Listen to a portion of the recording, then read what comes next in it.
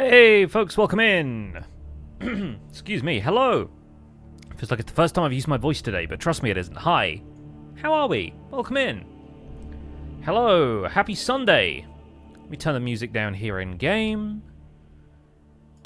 Amid all of the Minecraft sound effects, there we go. And camera is working and Minecraft is working. Wonderful. Pray thee, sit by the fire and I shall tell you a tale. Hello. Hope you're all well. Hope your weekend is treating you good. Yes, today's stream title is stolen from Terry Pratchett, who made a very funny joke about H.P. Lovecraft's Necronomicon.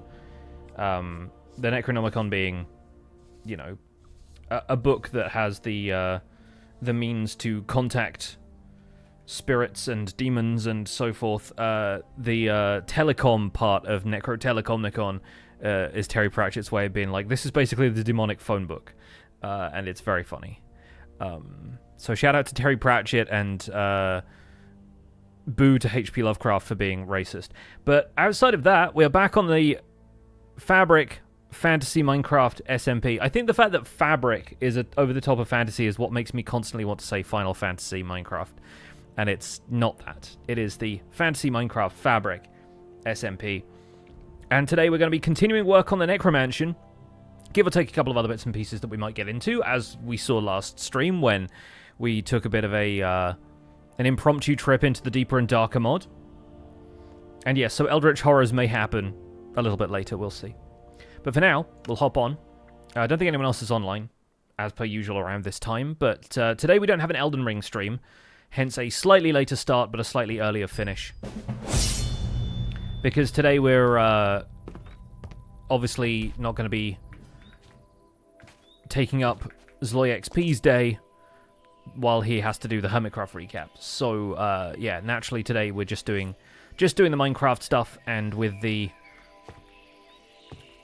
Elden Ring A to Z currently being something that is a co-op playthrough, I figured it could wait until we're able to resume that on Tuesday. So the goal today is to continue work on the Necromansion. We're going to possibly add in a few more features like doubling the window on this side, maybe adding some lower floor windows there and here. We might not do windows on this side because, of course, the storage system is here, so that's not going to be a particularly great way of, like, decorating the outside if it just sees through into the back of some chests. So we'll do something different on that side. Maybe we'll grow some trees or something. Is Cthulhu a boss in this pack? I mean, I wouldn't be surprised, to be quite honest. We've got a few other bits and pieces that we could do here, of course. We have not yet finished all of the mythic metal stuff, because I think we need to make an alloy smelter for some of this to get the ingots. And we still haven't found things like promethium. But, yeah, outside of that, we still need to complete all the quests in here to gain a full reward, and also some kind of fancy-looking pickaxe, I don't know. And yes, we'll have windows on one side and apples on the other, perhaps with an apple tree. The first task is to smelt all of this blackstone, because the cobbled blackstone that we gathered with our Efficiency 5 fortune pick last time around needs to be turned into regular blackstone before we can craft anything out of it. But we do have a beacon set up over at the Blackstone Island now, so if we would like to, we can go and get some more blackstone from over there. Also a healthy supply of basalt, as you can see here, and probably also in here. We do have a lot more cobbled blackstone in this chest, and in the backpack rather, and a decent amount of regular blackstone too. So the goal is to put all of this in here once it is fresh blackstone, and the idea is that we're going to use this sculk transmitter that we picked up last time, and this is going to be our telecom in the Necrotelecomnicon, because we're going to be grabbing all of our supplies and stuff out of this chest while we're up here working on the roof. The sculk transmitter from deeper and darker allows us to link to a chest, and as long as it's within render distance, or I guess redstone transmitter distance, or if it's at spawn, we can use this to gather materials from basically anywhere. So looking for Promethium earlier today with no luck. Well, from what I've seen, this graph is supposed to indicate whereabouts it is, and so Promethium seems to occur in lush caves only, which is possibly why you've had a hard time searching for it, although I've not found too many lush caves. We could always go looking for it with the aid of our nature's compass, which will take us to a specific biome. There might be reasons why it is slightly more difficult to get hold of. But this deep slate from in here can also go in the chest over there, and we can make some more deep slate bricks out of that and so forth. I'm going to do a little bit of material transfer here just so I can clear out my inventory some. And let me see. The basalt I think we already stored in one of these, did we not? Or maybe that was just loose stone. Wait a sec. I think I have seen it somewhere. Yes, there. Okay, cool. So that we can put away. And there's plenty of it in the backpack that can also go in there. There's deep slate bricks too, so those can go in. The cobbled deep slate is going to be of use to us in building the outside here, so let's put that in there. And then the basalt, wherever I ended up putting that. Yeah, there we go. Cool. So deep slate bricks can go in here also. And we can craft some of those as we go, so that's perfect. Yeah, awesome. You were in a lush cave biome, you only found platinum so far? Ah, right. Yeah, maybe ore generation is somewhat stingy with producing that stuff. We'll have to see if my own experiences can measure up. Lecart Mord, thanks so much for the 16 months. Tyler Plays Up, thank you for the 47. Appreciate it very much. Thank you both. Okay. So this is now about halfway done with each of those. I think we'll need some more furnaces, really, if we're going to keep up with this level of blackstone smelting. Fortunately, I've got plenty of opportunity to make furnaces. I don't know if I have much opportunity to fuel them, but we'll see. Let's get some rest while we can.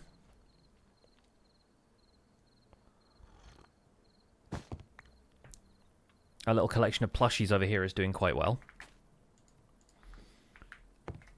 Maybe we'll close the doors here while we work. So, I think with those, we will put on 4 more stacks of cobbled blackstone. And do I have any more fuel that we can use?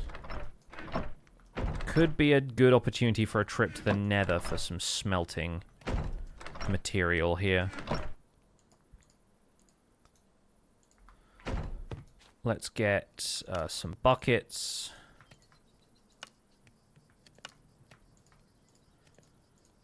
Five buckets, let's do. At least 8. That way we've got 2 buckets per furnace for a little while. I've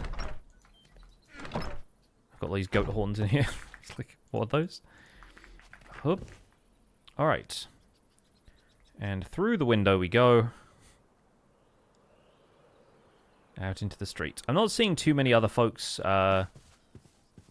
setting up any other houses. Yeah, there's one around the corner there, which might be Pearl just kind of tinkering with stuff. Is Necromansion the British name for a funeral parlor? It might be, you know, it might be.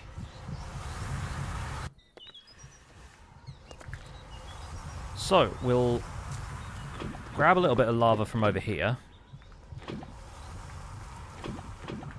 Even with all of this modded stuff, lava is still excellent fuel.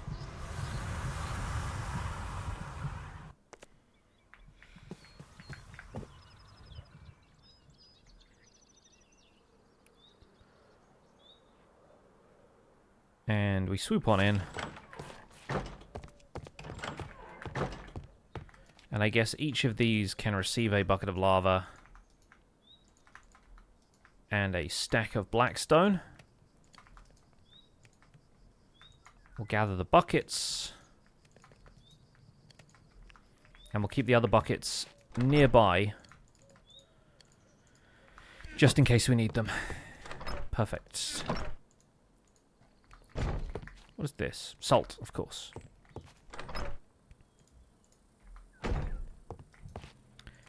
We can use that to season the garlic bread.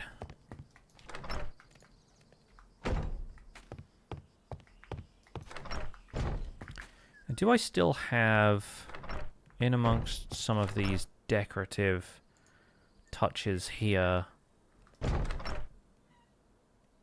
I'm sure I kept some of the glass that we were using. The window glass. From Vinery. But I don't know where I ended up leaving that. This is all of the quartz glass stuff.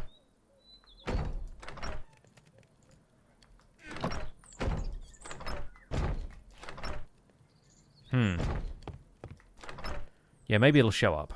In the meantime, I think we can make some more. Need some more black dye.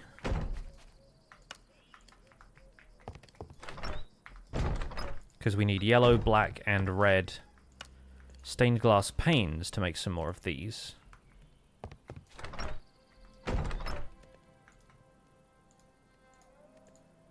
So red stained glass is next on the docket. That should be fine. Did we leave it in here? Yes, we did. Okay, cool. So we got plenty of those now.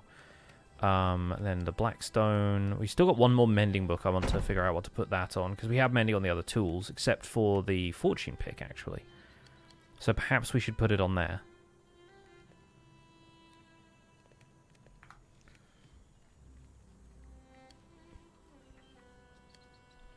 Can't find something and make more. The rule is that it shows up as soon as you finished making the other batch, of course. To continue our little mithril gathering stuff. That's what the mithril chest here is going to be feeding into this chest for building materials, should we need them. We can get some more brimwood going in there as well, I think.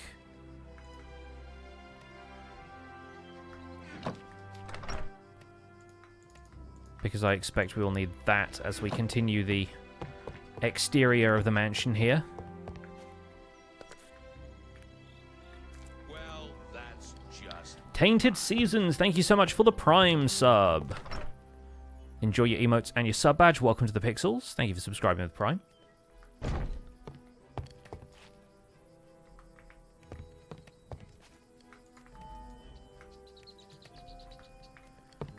A few more blackstone to go in there.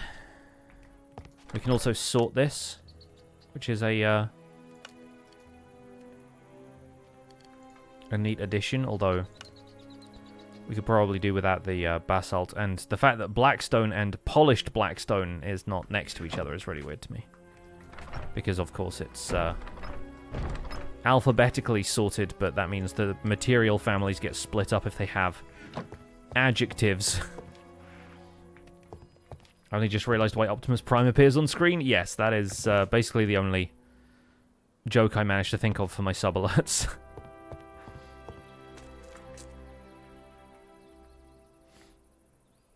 So I think if the walls in here are still going to be made of stone, we need to think of something to go over the top of that. And there is, like, it's called Palisade, I think, is the block. Yeah, so we could do some interesting stuff with, like, wall cladding, for want of a better word, you know? We could use some, like, dark oak trim in here that could be kind of interesting. Because I'm pretty sure I still have some dark oak wood around here. Although maybe I've already used a lot of it for this pillar trim and stuff. But yeah, handcrafted seems to have some interesting stuff, as does decorative blocks. Very basic name for the mod, but does what it says on the tin.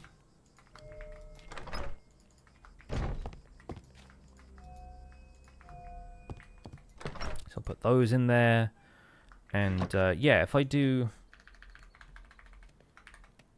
at handcrafted, there's a lot of sheets and stuff in here, and cushions.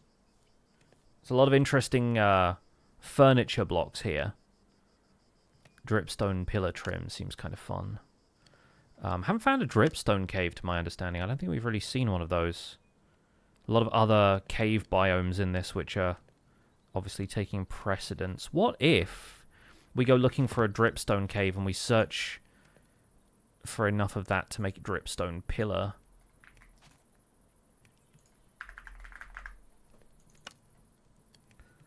Okay, one of those is 1,600 blocks away, which probably explains why we haven't discovered one before.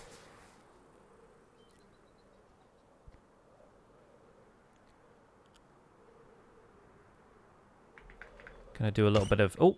Bouncing off the nearby trees.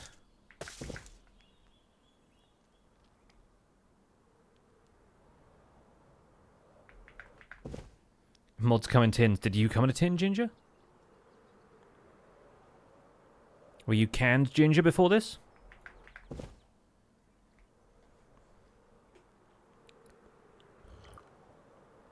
Well, that's just crime. Ain't it just? Akalika! Thank you so much for the 15 months. Appreciate it. Ow, ow, and ow.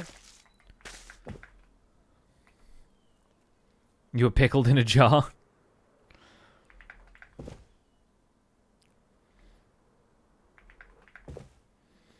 There's a lot of salt involved in the pickling process. Is that a stone bee? Why is it making a seagull noise? Well, this is an adorable building. Large warped tower. Was that warped wood? Is that what warped wood looks like? Oh, we should have built our entire structure out of blue wood. That's what I think vanilla Minecraft needs more of, is that blue wood. A little bit of food in here. A bit of wood. A couple of barrels, obviously, with maybe bread and stuff in. Don't know what the deal is with this structure. I don't think it's going to be anything too interesting, but you never know. There could be some riches hidden somewhere therein.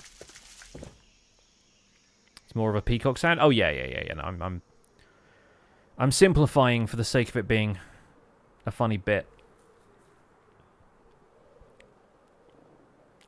All those cool underwater temples.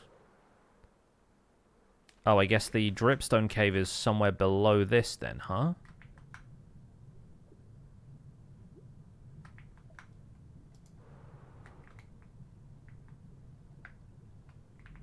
Can we get down, Mr. President?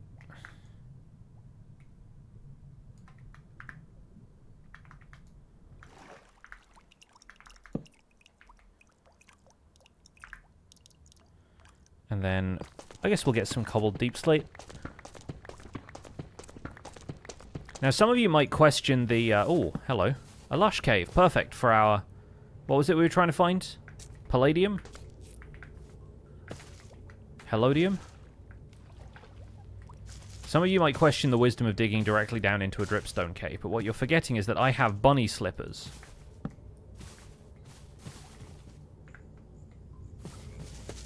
Promethium? That's the one. I feel like Promethium should be something more to do with fire than it is to do with lush caves and water, but there you go.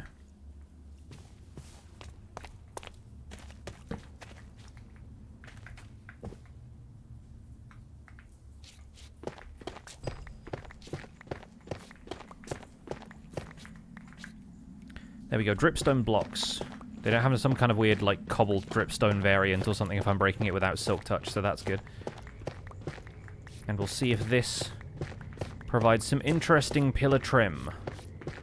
We could of course farm dripstone, but it would take a really long time, so I think we'll probably just snaffle some of it from this biome and see how we feel about it. We could always come back for some more a little later.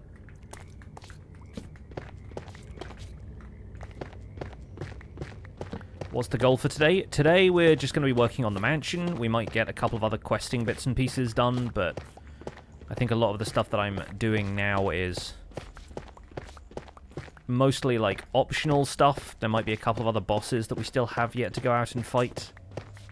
Every time I go to where Martin and Rendog started their base, the Void Blossom boss bar starts showing up, and so I'm wondering if maybe we should go and try to fight one of those, but I'm not sure what the goal is with that one.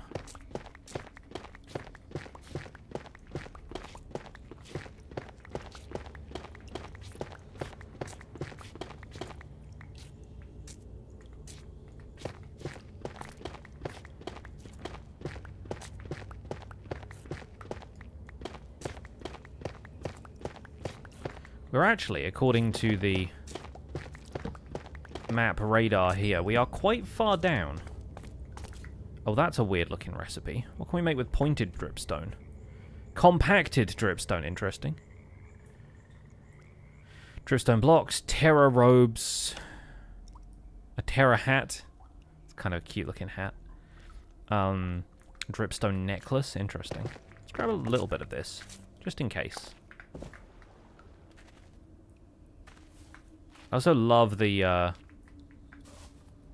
deer. They look like, there's Pokemon that look like this. I forget what they're called. It's not Stantler or Weirdeer, but it's like, there's one that's got like 4 seasons. Moss Bloom. See, this is Promethium right here. Easy, we found it. GG.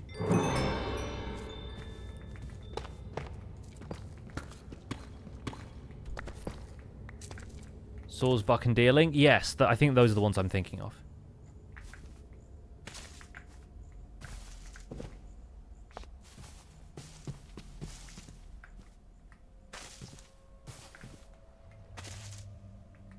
So yeah, apologies to whoever in chat was having trouble finding Promethium, but it was easy. I got lucky, I think. It was just on the surface over there. But we're also down quite low here. We're at like negative 25 or something, so it may be a height thing.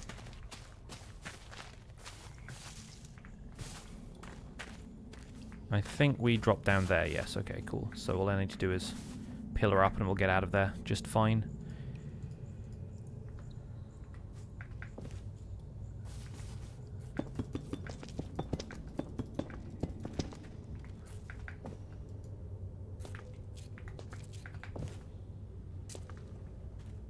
Oh, that's just slime balls.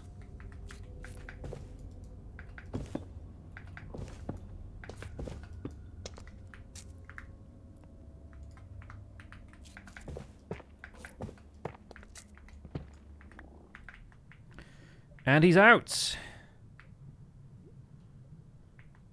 Yikes, the Guardians look kind of fun. And by kind of fun, as usual, I mean terrifying. Why is there... Oh, it's fish meat. It looked like pork for a second. I was like, why is there pork on the surface? Wait a second. Oh, that's edge of a jungle. I thought for a second that was the Blackstone Island that we've been to already. Like, how have we ended up there? But no, evidently not.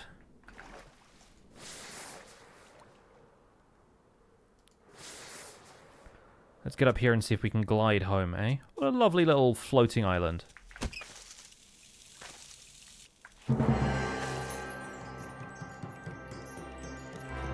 It's mine now. I called it lovely and it gave me an achievement.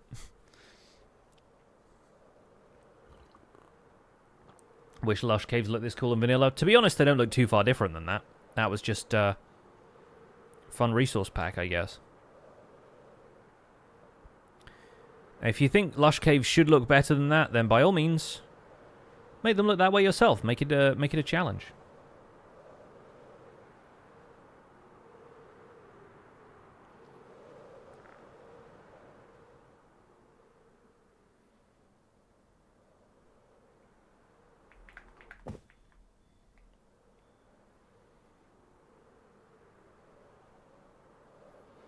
The ambience is missing in vanilla. I mean, I think the Lush Caves do a better job than most biomes of conveying some ambience. They've got spore blossom particles drifting in the air and everything. There is glowberry vines, axolotls. There's a lot of life in a Lush Cave biome.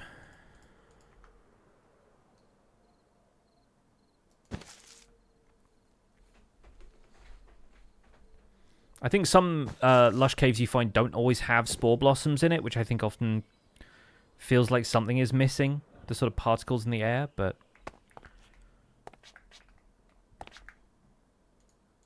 you might find a few. So, we are now going to turn this dripstone block, which looks very different to vanilla in the light of day. We're going to turn this into dripstone corner trim, which looks a lot closer to how it looks in vanilla.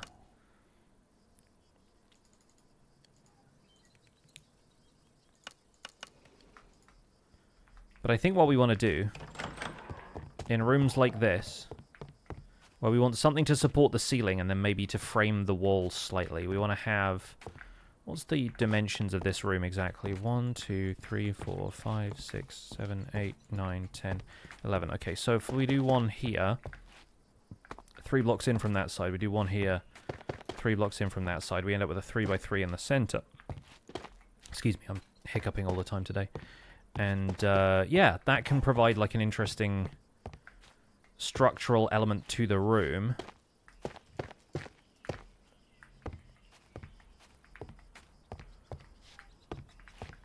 This is sort of mandatory with the way it sits there, so 3 blocks in from there, and there's a 4 by 6 or whatever the ceiling height is going to be. 4 by 7 maybe.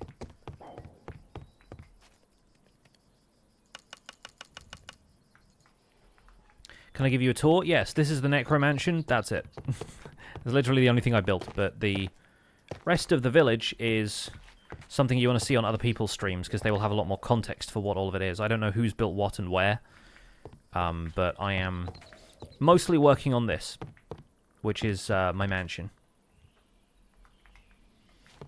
Amazing tour, short, sweet, to the point. Yeah, it's what we aim for. It's what we aim for. Oh, the other thing is, are we going to put windows? I think we were going to put windows in here, weren't we?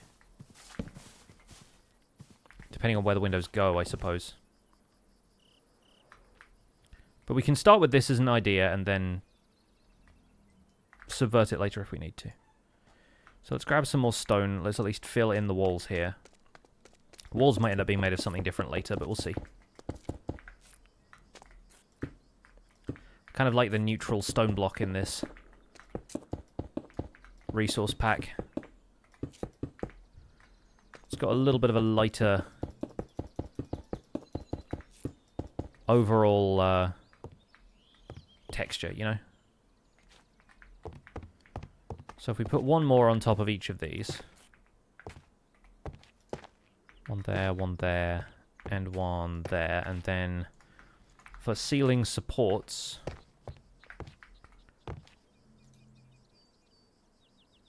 we do something like this.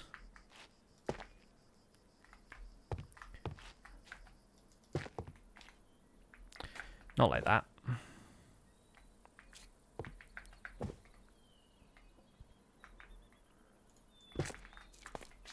Because the cool thing about the pillar trim that we're using here is that it can also go like sideways and upside down and things, so we might even be able to lay it across the room,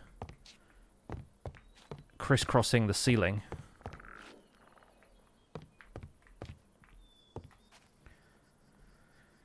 Lush cave intersecting with trial chamber has its own charm as well. Yeah, there's a lot to be said for it.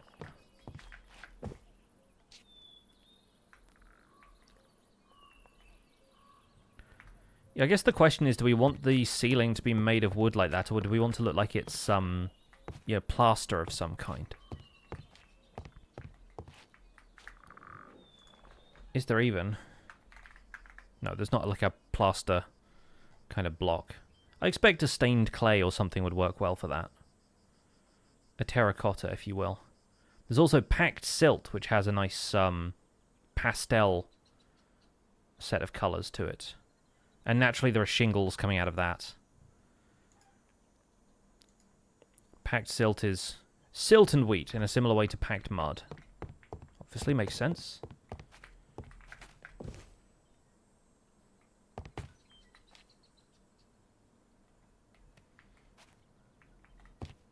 But I think pastel might be a little bit it might not fully suit the vibe we're going with here.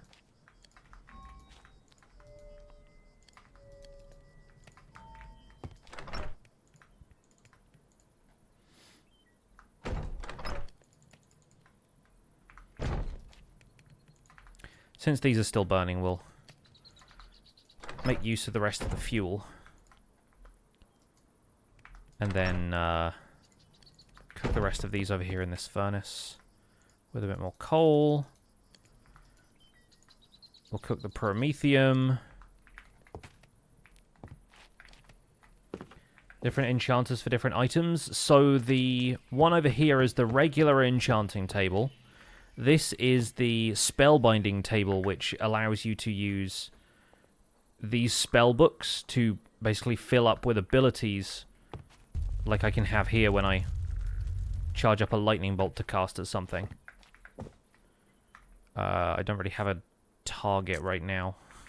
All the stuff in the village is like other people's dragons and whatnot. This snail, for example.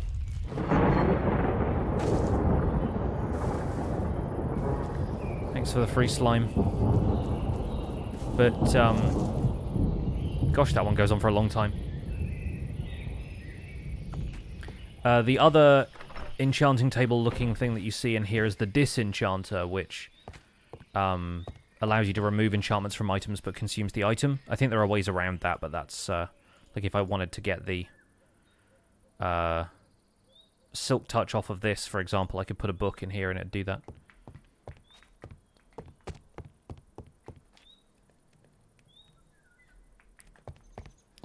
But I did that once and it destroyed an axe that I wasn't expecting it to, so I haven't used it very much.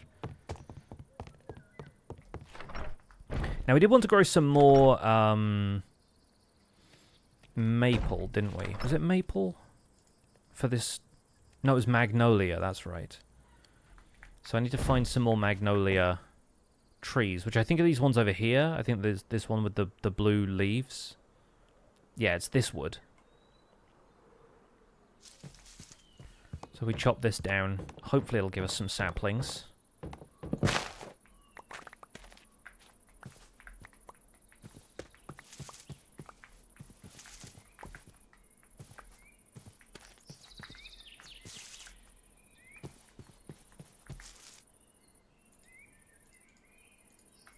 Plenty of those, so we can grow some more.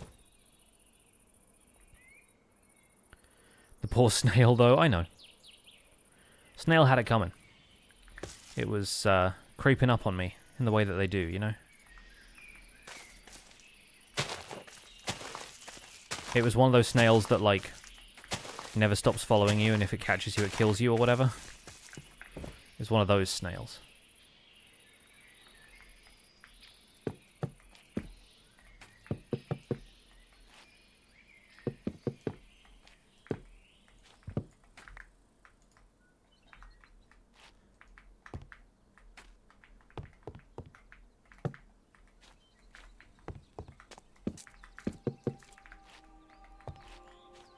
Didn't happen to receive a large sum of money recently, did you? Not to my knowledge.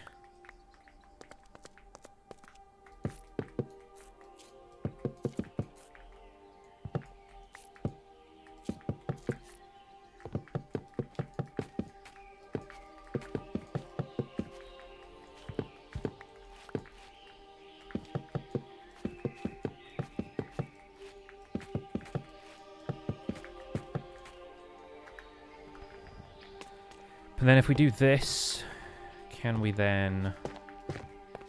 Yeah, like this. And then we'll put some sort of central interesting block there.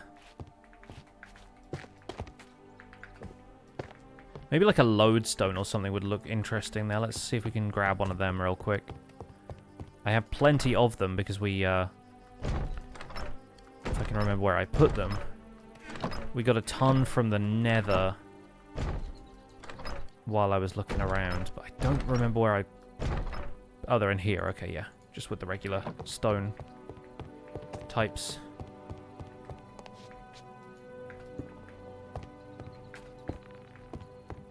Don't know if it quite suits the pillar trim.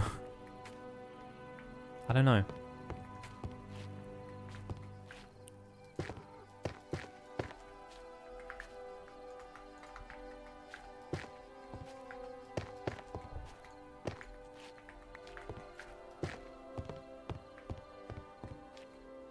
It could be interesting. Maybe we'll do some, like, chandeliers hanging from this, because chandeliers are a thing in this pack.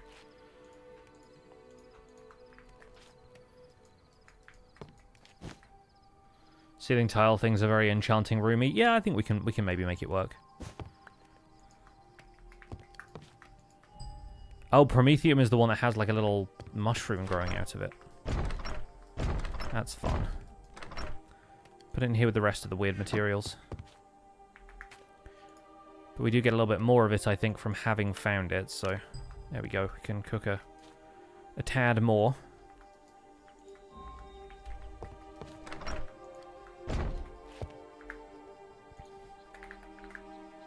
Here we go, chandeliers. Oh, there are copper ones, even better.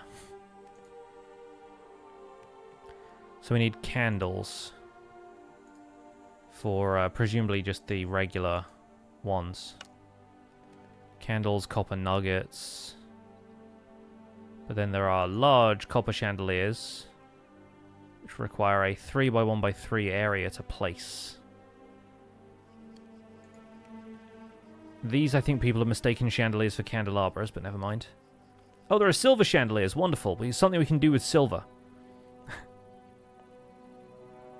Although the iron chandeliers definitely look more like the aesthetic of this mansion, so maybe we dye some candles red. This feels very much like the aesthetic of Graveyard Keeper.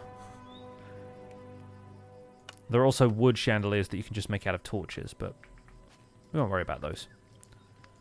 Let's cook this fish.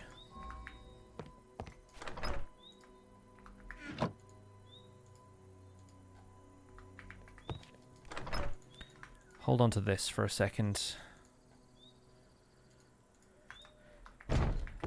If we get 2 iron and an iron nugget, and then 4 red candles. Where is the oh, it's string. That's what the other thing we need. String.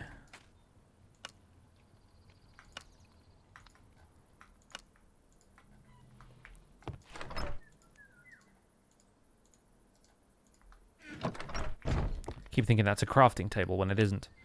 And then we put this in here. Doesn't show up as a recipe yet, but if we do red iron chandelier. Yes. We got 2 of those.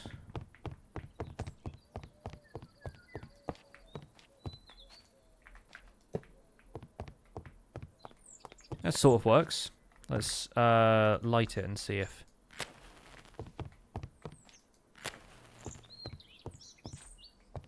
Yeah, it's not too bad. I think it needs something to attach it to. I might just use Silk Touch on these just in case. I think it needs like chains or something to dangle from. So maybe we'll do like a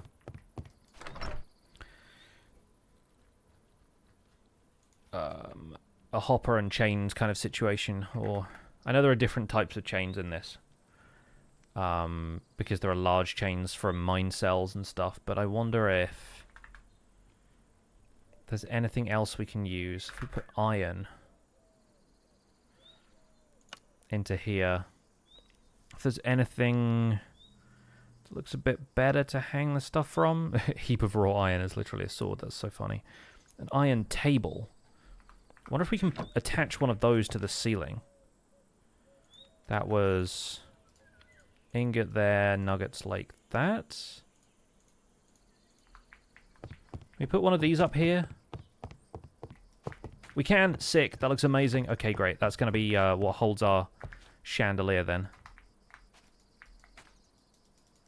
Well, it might need a chain before that because it looks like it's the kind of thing that you can't attach the chandelier to anything other than a solid block or maybe a chain. So let's make some chains. See if that works. Because the chains will attach to anything, like they'll suspend on their own, right? So we put that there and we put that there. Yes! Oh, that's cool. It's not high up enough, though. That's the problem. So maybe we inset the lodestone blocks into the ceiling.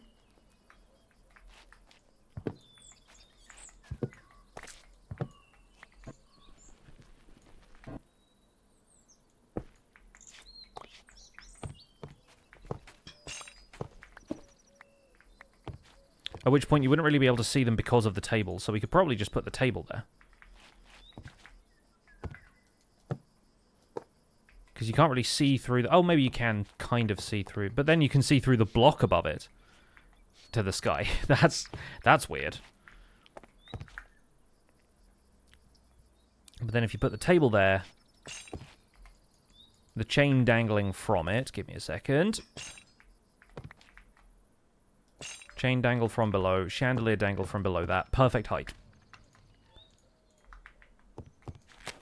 Yes.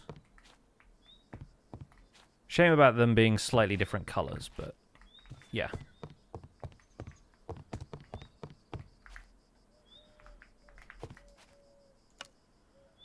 And then we'll need more iron nuggets for additional tables. There are also oil lanterns that we can dangle here.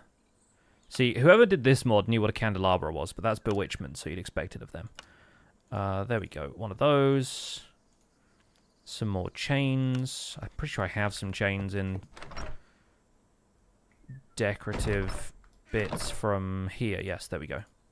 There's a ton of them in mine cells anyway.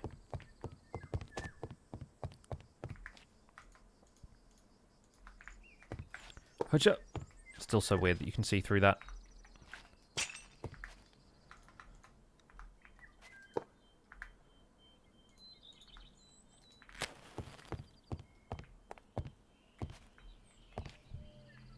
That's pretty cool. Pretty cool, I like it. We need something to go around the top of the room here. Like, I'm always thinking like it needs picture rail or something. Like if we had it going up to here and then some other kind of material at the top. No, not that kind of rail.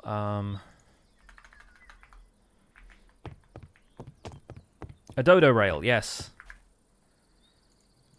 Maybe we just do that with trapdoors. Maybe we do that with like... Because they'll fit nicely on the wall around here.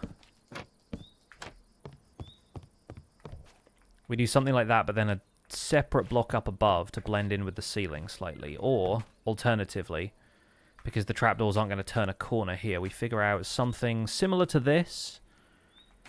Maybe the palisade blocks or whatever they were called.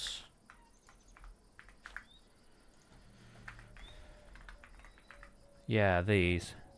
Can only make them out of the wood types, but... like the vanilla woods. I'm sort of wondering if we can fit in like a something different here. Maybe.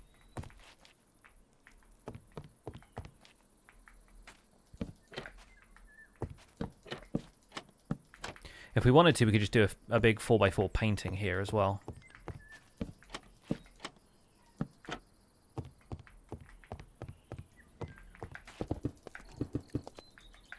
Feels weird if that's not like that. And then, yeah, that'll do. That'll do, I think. So we'll need a bit more magnolia for up here. I do like the chandeliers, though. I think those work pretty well. They seem to light the room pretty evenly, too. Like, once we get in here... there's a little bit of dark light in here, but then it's obviously, like, open to the sky. But yeah, back here there's still 2 block lights, so... not spawnable unless the mods have added stuff that spawns in low light, which I imagine they wouldn't.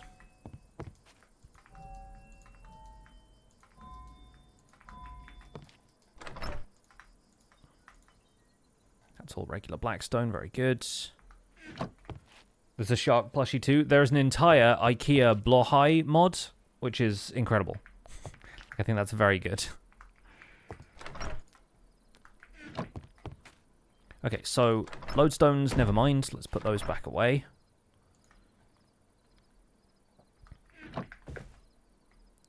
None of those have grown yet, so we'll need to get some bone meal for them.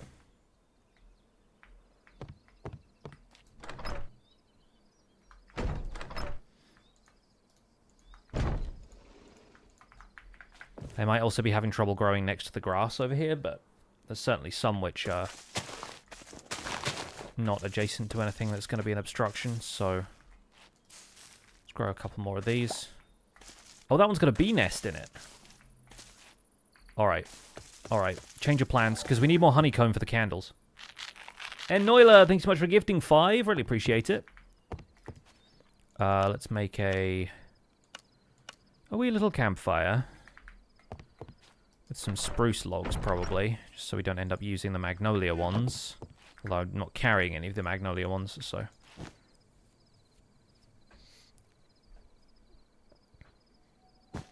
Yeah, we're absolutely doing stuff with bee nests if we can.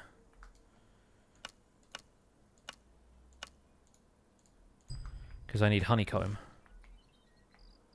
And there's plenty of flowers around here. So, will you accept these as flowers? You will. Wonderful. Good.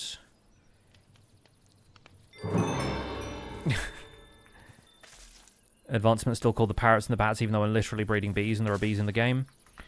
Let's surround that so the bees don't end up floating down onto it. In fact, let's silk touch it and move it up a block to make that a little more optimal.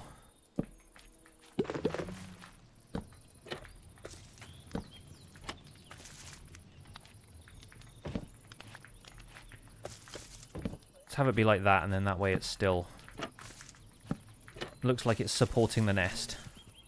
That's nice. We'll chop down the rest of the tree. Which fortunately doesn't take the bee nest with it.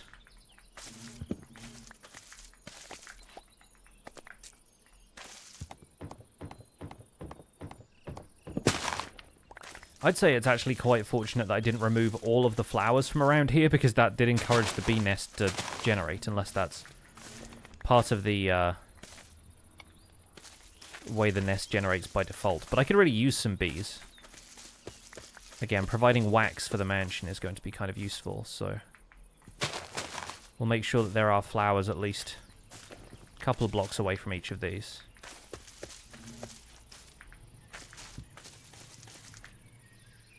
Is that a new animation for tree chopping? This is modded Minecraft, so that's just one of the mods.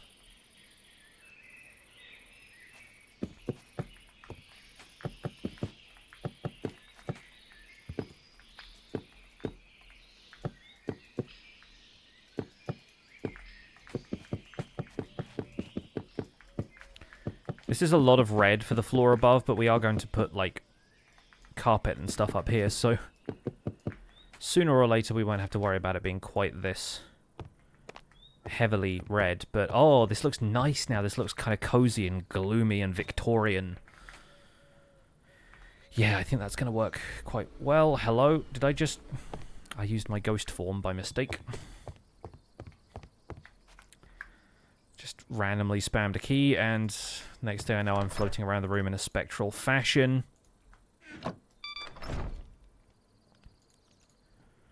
I believe the mod is called Treecapitator. It depends on the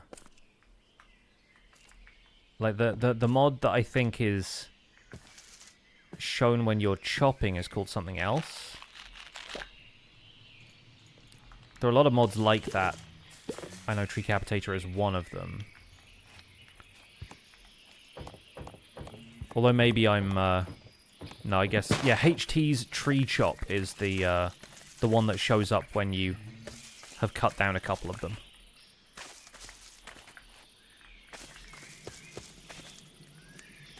So I assume it's that.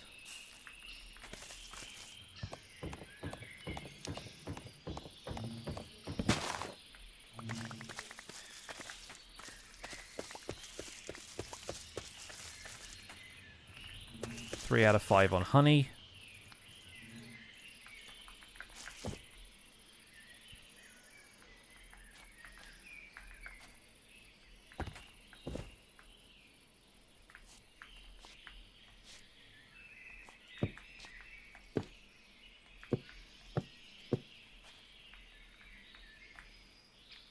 What will be going on above the enchanting room? I think I want some of the upper level to at least have, like, you know, bedrooms and drawing rooms and, you know, that kind of thing. Because down here it's enchanting and storage. It feels very Minecraft, feels very kind of utilitarian. I feel like maybe up above it can be more like a living space.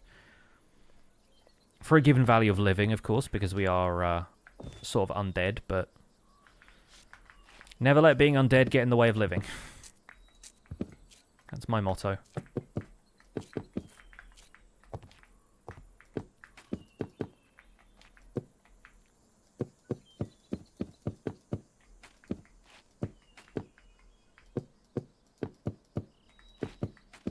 Hang on.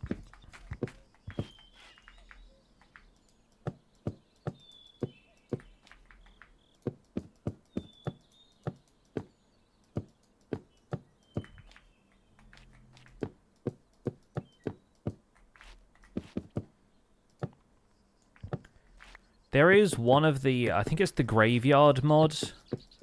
One of the mods wants you to get blood from villagers by killing them with some sort of sacrificial knife in your offhand or something, and I think that might be what we do in one of the upstairs rooms, who knows.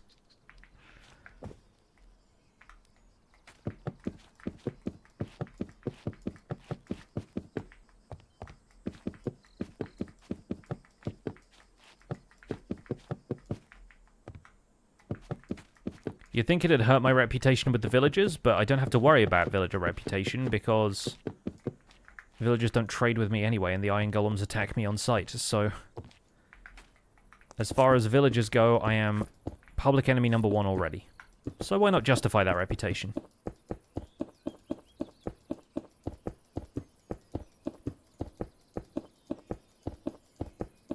I think that's bewitchment. You would be incorrect. Or at least it is in the quest parts of this that are part of the graveyard, I believe. Like if you go into this quests, the graveyard, chapter 3.5, this Vial of Blood, which is from the graveyard mods, sacrifice multiple villagers using a bone dagger and a glass bottle in the offhand. That's the stuff I have seen from it, at least.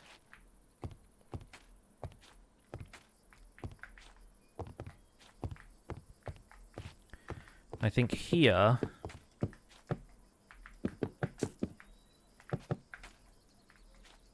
we're going to have one of those like panels that's got a big painting on it, maybe. Although I'm not certain if we can get a wide enough painting for this, but we'll see. We'll see.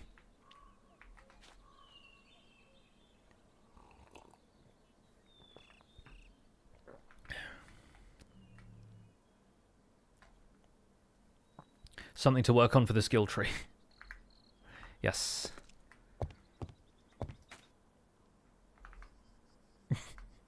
Isn't it funny seeing somebody in this ridiculous, like, necromancer armor, giant sword and stuff just, like, sitting like this in a high chair like a baby?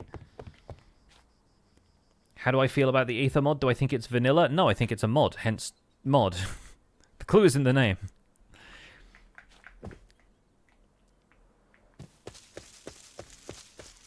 Aha, the bees have come through for us. So we need a set of shears for this, yeah? Excellent. We'll just get this stuff manually. I see no point in automating the process when it's just going to get us far too much honeycomb. When all we want is just occasional candles for the chandeliers. And to be honest, there are candles in all kinds of other mods and stuff that we could go out and find in structures, but I'm personally in favor of being self-sustaining.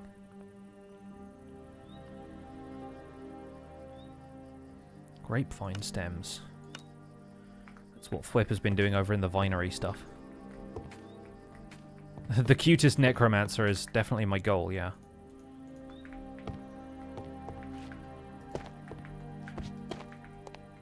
So I guess right there we'll put another one of them, and then we'll continue this along here.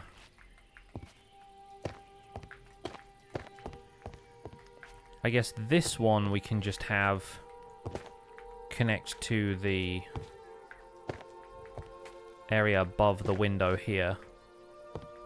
And just have it stuck on that wall, and that should be fine.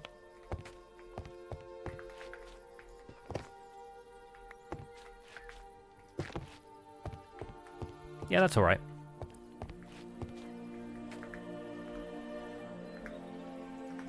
Let's grab some more deep slate bricks to fill that in.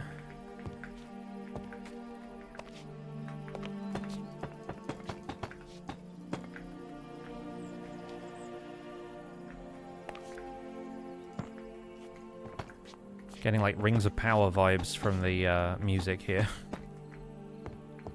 It's like, the elves' time has come to leave Middle-earth.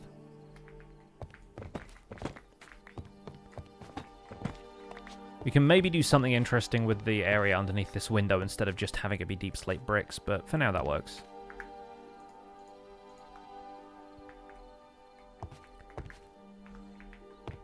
All Skyrim, yeah. Yeah, I figured it was going to be Skyrim on this soundtrack.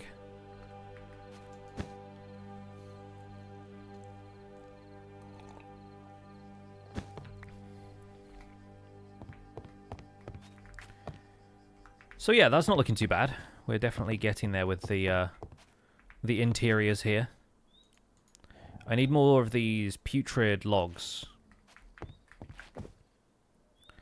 The real question is, does what we have built outside allow for us to put a window in here? Maybe even just like a thin window, or a thindo, if you will.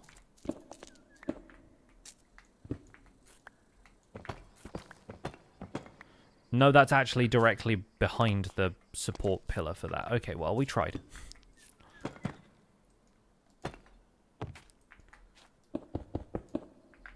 It may have to be back here, then.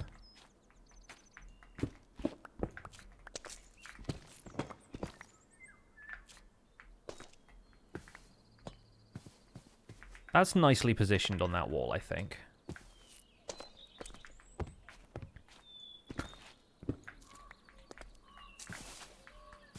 Really depends if...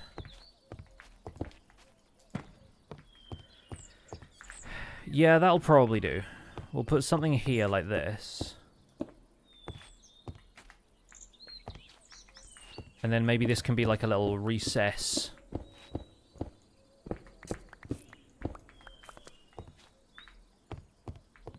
A little, reading nook kind of area or something. Maybe we could even put some furniture in here, if we're gonna double down on that idea.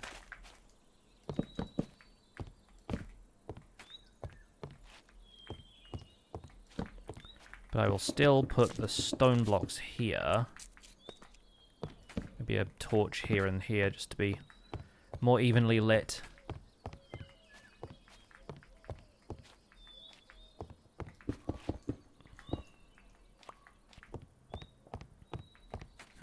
I don't know. Should we do something like that?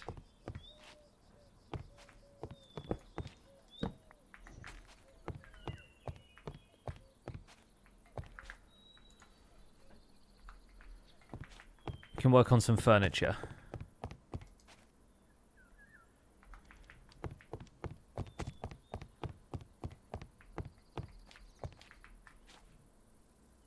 The oxidized copper bars are really cool. Yeah, I like them a lot. They are just a straight-up copy of the iron bar texture, but I do kind of wish we had something like copper bars in vanilla. Then again, as always, anything that you add for copper, you've got to think inventory space management and copper needing 4 variants of every block that you add for it is kind of a lot.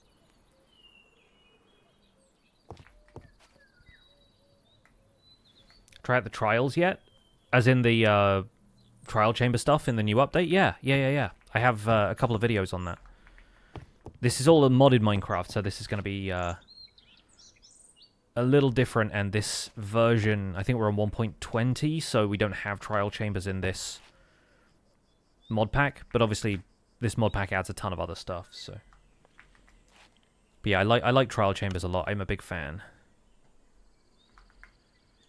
They're even planning to add a couple of extra things to them, I think, in the next the next miner update. They've been workshopping some of those in the snapshots, and they look pretty promising.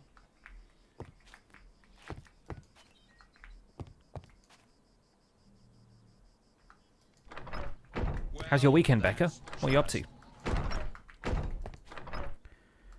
Where am I putting all of these flowers and stuff? I've just got so much gubbins.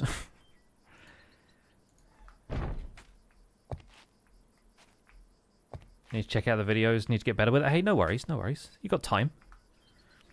Survival Guide is rolling out very slowly right now because I'm focusing on this stuff for streams, and that means streaming this takes up a lot of the time that I would be spending doing behind-the-scenes stuff in Survival Guide. But the good news is we have another beehive. And the other good news is that I have a really solid idea of what I'm going to do with my next build project in Survival Guide now. And it's going to go hand in hand with a lot of the newer mechanics. So I'm feeling really positive about the direction it's going to take when we get back to it. But I want to have this build done before October, because obviously it's Halloween, so spooky season, kind of perfect for this build. Oh, you headed to TwitchCon? How cool! A few of my my friends from the YouTube crowd, and obviously Twitch, are headed to TwitchCon. Obviously I'm not, because it's in San Diego, and I already went to the States once this year, so I don't really have the capacity to go back right away. But yeah, I want to get this mansion built before October, because, I mean, look at it. It's got creepy vibes, right?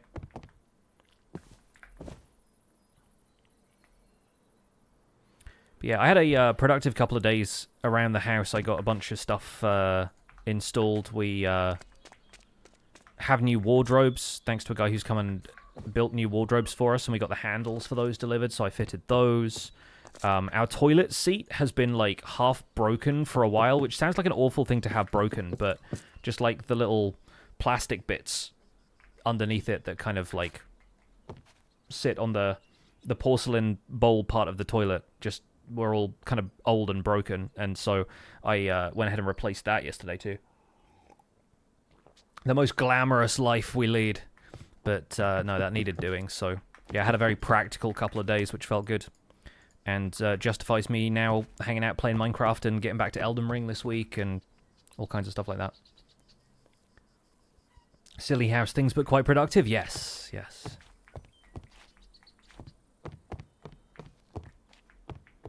Has this gotten to... I think we could even, if we wanted to, remove that, replace this with stone, just so it's sort of symmetrical for the other side. And then I don't know what's going to happen up here. I'm thinking this is probably going to be... There'll be like a bridge between these two rooms, and then it'll lead through an area here where there might be some, I don't know, storage or something above the entrance hall. Because the corridor here actually feels kind of like... It feels kind of low. It's kind of low and beamed, and it's not like a grand entrance hall. It's more like a little kind of hallway corridor, and then the rooms to either side are a little bigger. I do really like the chandelier vibes a lot. But then as you go up, it kind of gets like larger and broadens out. Obviously, we've got the roof space here. We could do a kind of weird zombie in the attic or something kind of situation if we want to.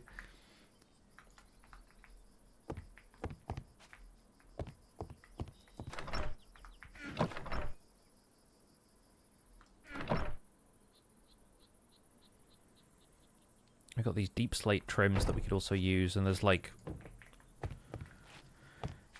this pillar trim, and the corner trim is also in all of the wood types, so we could do something similar in here with the spruce wood, or maybe dark oak if it suits the spruce logs better. Right, I need more iron. That's what I need, because I need to make more of the iron tables that we're using for chandelier attachments here. Let's get one of those, which means two of them. The odd iron nuggets can go on the ground. Very autumnal, yeah. Definitely feeling that kind of autumn vibe in the air. Also, still really funny that you can see up through those, but it's less noticeable until you get to, like, directly under them, at which point you're probably not really looking up, so I think that works. And then we'll attach chains to these.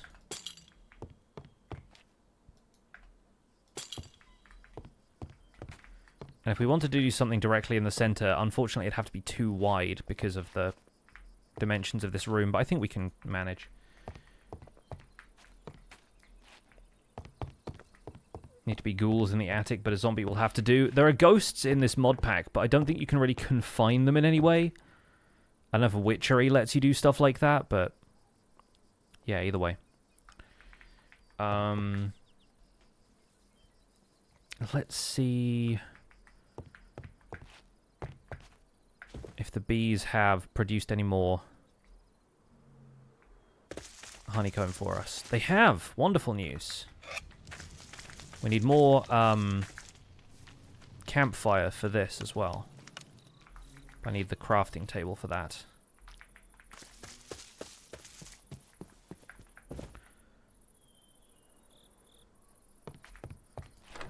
Bees out here providing the bare necessities. Did I leave the string in here? I did. Wonderful. That's one more chandelier done. Provided that I have the iron nuggets again. Right? There's that magnetic thing that everyone was talking about that turned out to not be anything to do with you getting loot. Put in your inventory.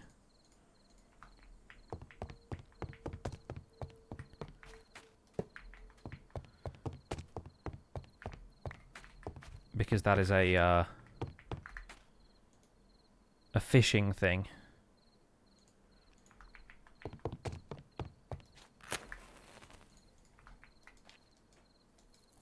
Monsters nearby? Where? Probably underground. Probably underground.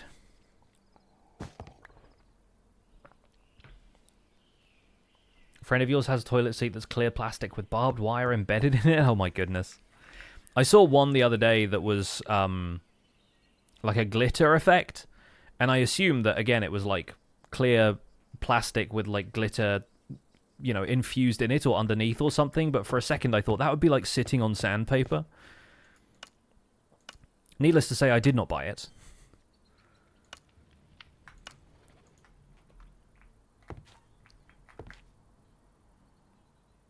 See you later, Alexandra. Have a good one. Enjoy your rest.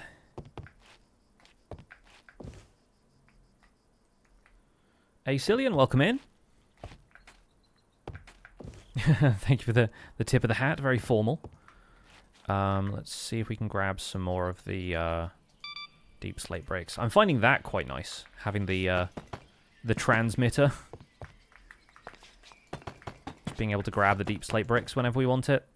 That's good. I like that. I do wish it was possible to attach it to a larger inventory, but it won't work with any of the storage controllers or anything. We tried last time. 'Tis a shame, but what can you do?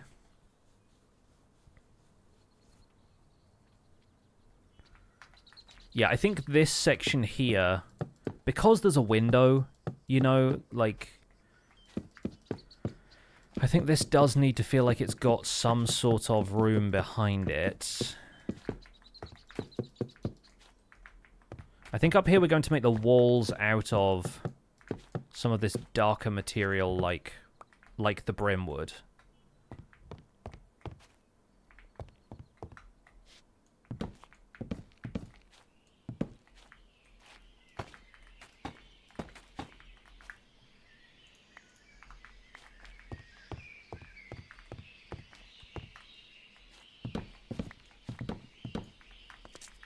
Salvaging a little bit of brimwood here because there's a fair bit under here. Oh wait, no, that needs to be, because that's where we couldn't put trapdoors because there were trees there. But I think a lot of this should be deep slate bricks. Where the trapdoors are disguising it. Just for the sake of internal consistency with that side. How do you get to the second level? I'm going to build staircases back here. Like, you come through here, there's rooms off to the left and then the right. But then once you get out into here, I'm thinking staircase on one side, closet on the other or something, you know.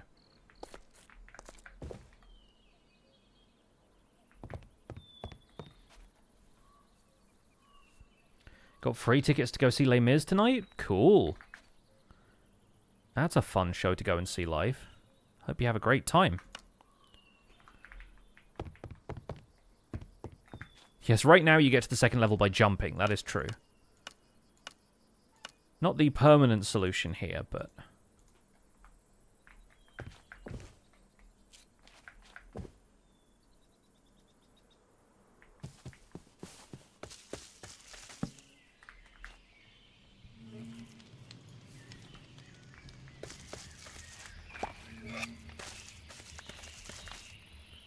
the bees work fast.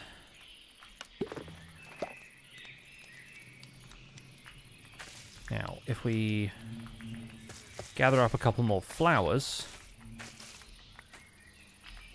can breed these again, and we get another junior bee.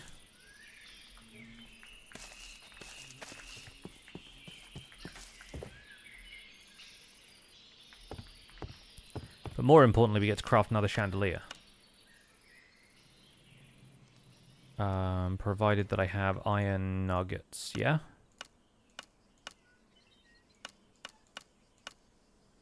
Where did that go? There it is.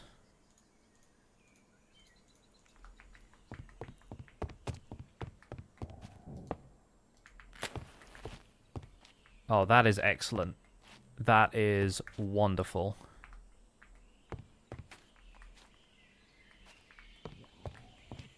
Yeah, we need to go back to mine cells to get some more putrid wood, I think. So I don't have a lot of it left.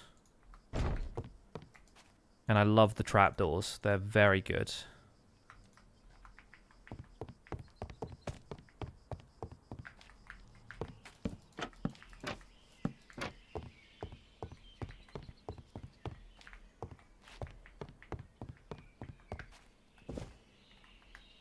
I think the other window, if we're building these sort of equidistant, it's basically 3 blocks in from that wall. So 3 blocks in on this side. The other window goes there. And that kind of works out central to this. So, thank goodness for building stuff in a somewhat organized fashion. There we go. Getting back all of the stuff that was disappearing as I was interacting with the backpack. We'll put the candles in there for now.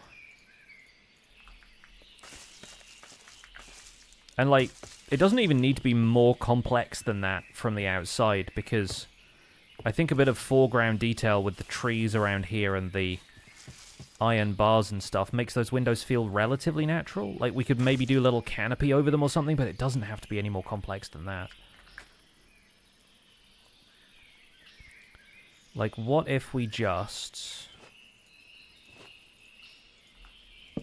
do a little spruce slab kind of situation? We just do this.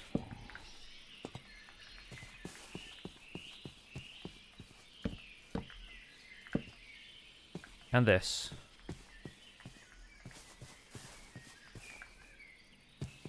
That's sort of all it needs.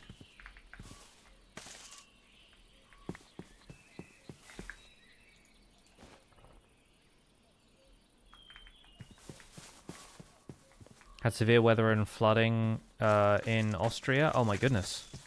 Hope everyone is doing okay and is safe. Weather in the UK, it was rainy for a couple of days, but has definitely become a lot more mild in the last few days. So We have not had anything near that severe.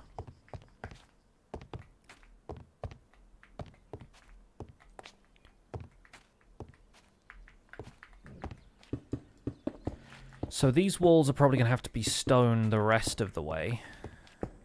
But then above that we'll put some sort of like... It could even just continue magnolia all the way up to the ceiling in like this big red stripe.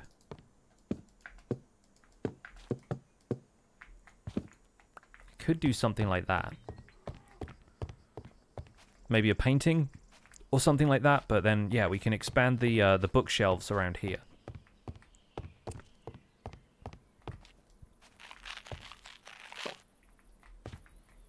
And the walls in here are made of magnolia as well, so we can continue working like that.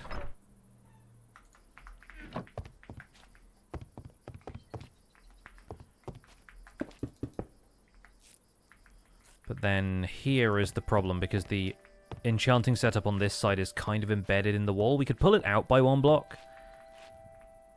We could also probably do that with these shelves for the sake of...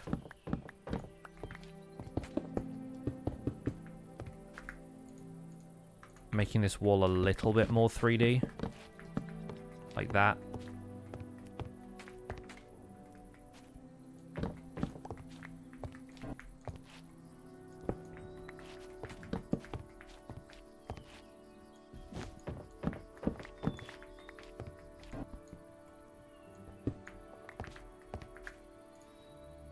We'll make sure that we at least have our enchanting table in the right place.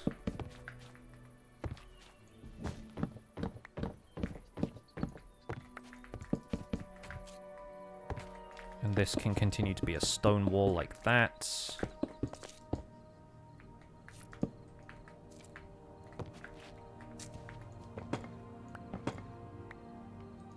That's going to have to stay like that for the outside, but that won't be visible on the inside.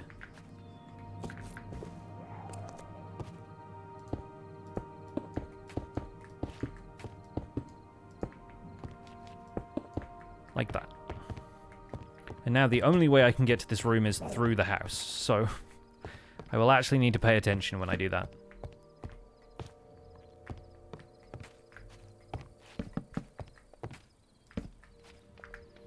We'll continue to stack up books, because I do like stackable books as a feature. I think those look quite nice.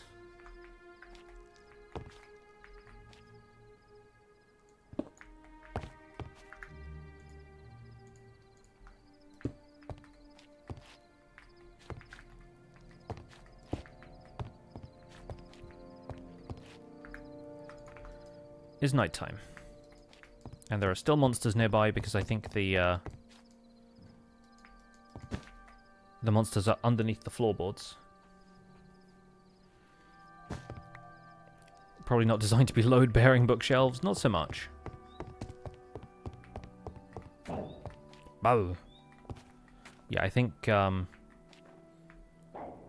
we got zombies underneath here. Somewhere down there.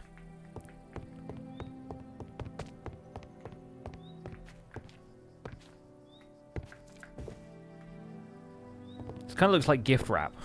It's like grey wrapping paper with a red bow. I suppose if we wanted to, presuming that these work in a somewhat similar way to regular vanilla enchanting tables, we could do something like this. And have them glow from underneath with the light of a torch, because they are non-solid blocks and thus they will not block light. And that also gets us past the idea of there being zombies underneath here, preventing me from sleeping.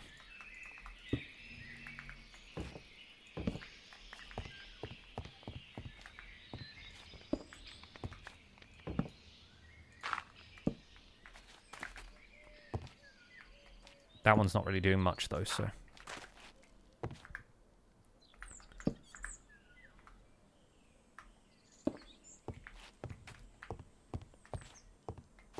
I could do with more chiseled bookshelves, I think, for some of these walls.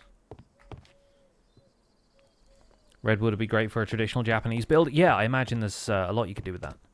The doors kind of feel a bit like that as well. The kind of like paper doors.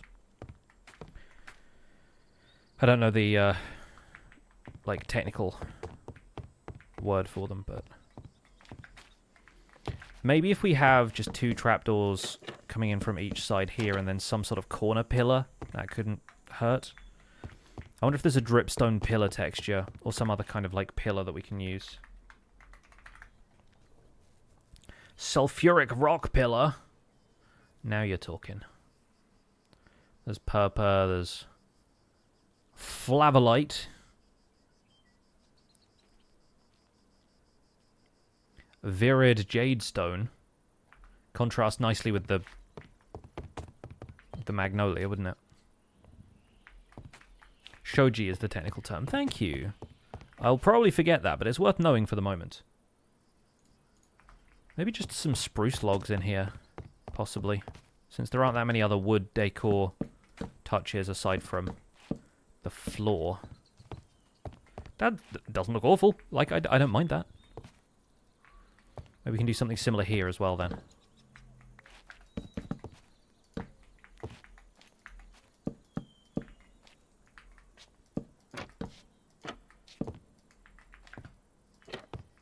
The question is, do we continue the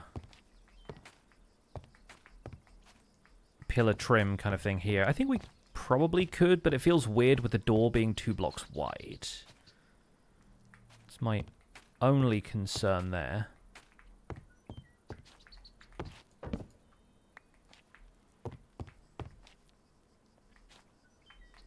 This is my problem again with Minecraft doors, is that they always have to be 1 block wide, and the height can change, but the rest of it does not. So maybe we'll leave this wall blank, just to avoid running into that issue. Does this feel too dark around the back here? It's still 3 block light. That's not terrible. Do not be fooled by the fact that I have a torch in my hand. That's not providing any extra light. We'll need some furniture in here. We still need our little reading nook built out here.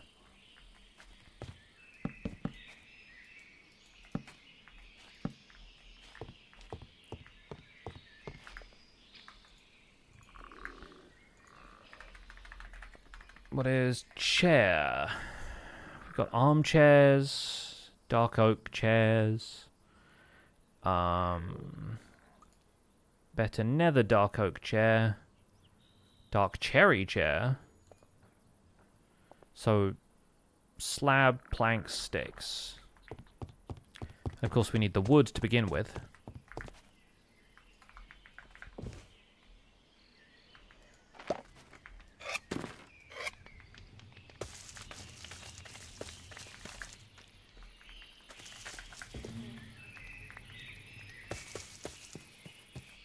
End crystals weren't so dangerous, I'd say one of those in your decor would look quite nice. There are actually things like this, these fire orbs. I wonder if these can be placed in like an item frame. Yeah, we could do that as like a fun little bit of decor. Like if you could place these on a surface, because these are weapons, technically speaking. But you could put them like in here like that. I don't know if we have a way of hiding the item frames. No, we just have glow item frames. There's no, like, invisible item frames. I don't think we have the data pack for hiding the item frames, but I could ask. Got a couple of those you can have if you fancy. Thanks, Eloise. I think I've got a fair few of them that I'm just not using. So I'll start with these, but I do like the aesthetic of them. I think they're pretty fun.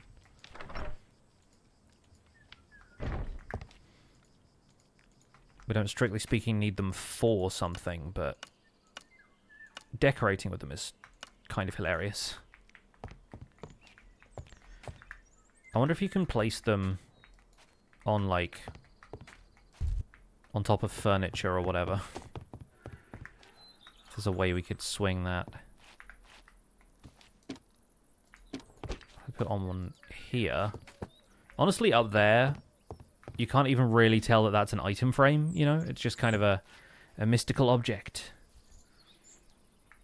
You have to have the couple in your lair for pondering? Yes, definitely. I feel like I need a... There's like a pedestal or a pillar top or something. Summoning pedestals. Yeah, there are things like this. Smaragdant. Purple quartz pedestal. Like a quartz pedestal with one of those on top. Don't have a whole lot of quartz, but...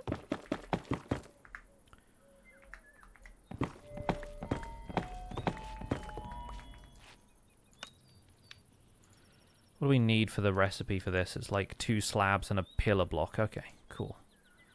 Well, we can create that probably with a stone cutter. Speaking of the stone cutter, it is currently buried in my bundle, so...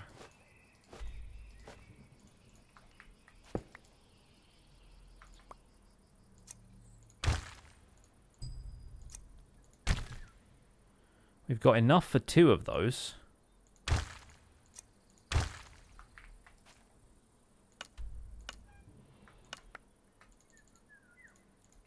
And the question is, will it let me place... Oh, you can do that with all kinds of items. Excellent news. We also get 2 pedestals for that. So yeah, if we wanted to have them as, like, ornamental objects somewhere. Like this.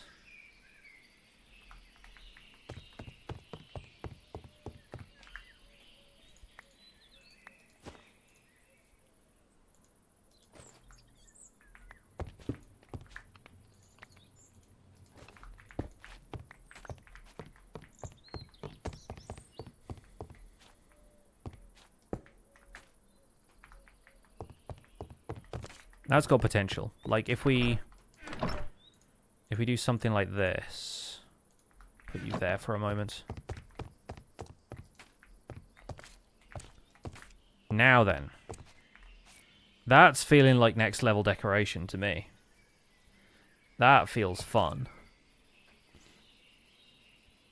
Again, we'll still have them in the library over here. In the item frames, because I think those are kind of nice. But the fact they clip through the bottom of the item frame there is a little rough.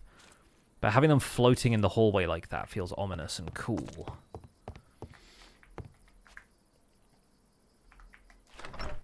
That's what we're about here, folks. Ominous and cool. That's the vibe. Put this frost orb there. Witness its power.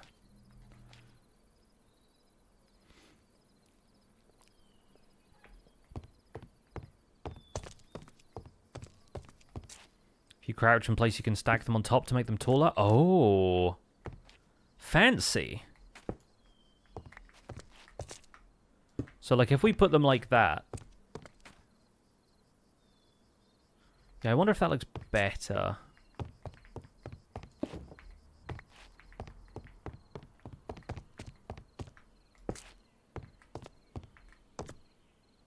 I feel like we need to make them out of black stone for it to really be, or andesite to suit the vibe. Like, quartz is fun, but it feels too bright for the interior of this place.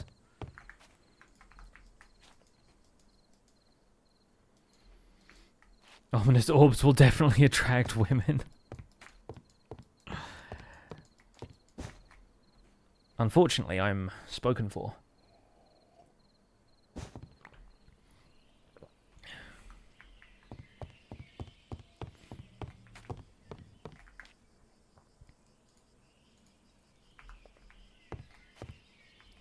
We'll put this one over here. They always wonder what women want. It's occult items. So, as far as pedestals go... Pedestal of upgrading. Lunar trading pedestal? Of course, there's a Cincinnacyte one. Umbralith. The Umbralith demands your fealty. There are pillars from the graveyard, which are just made out of deep slate. Can we do anything with those?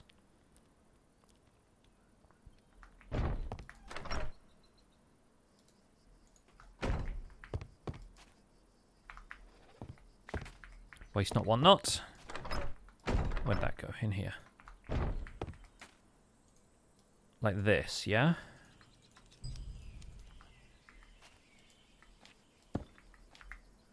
Can we place items atop it? No, then what good is it to me?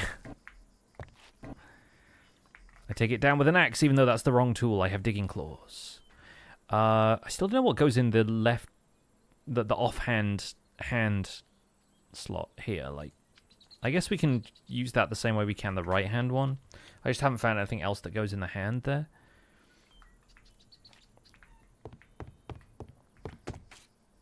Yeah, I do like it, though. I like the aesthetic of that.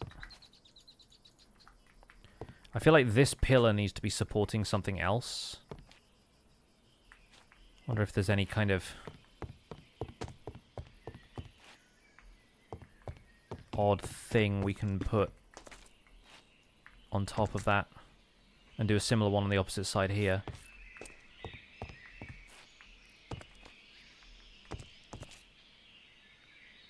Maybe this pillar is for moral support. Very good.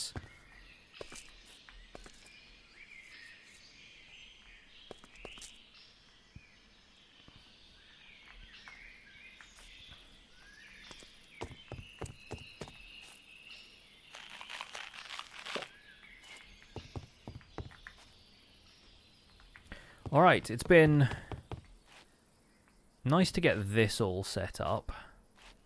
Feeling good about the interior space here. I still need to look into getting some more dark oak wood. Silver Gaming Rising, thank you so much for the raid. Welcome in. Hello, hello.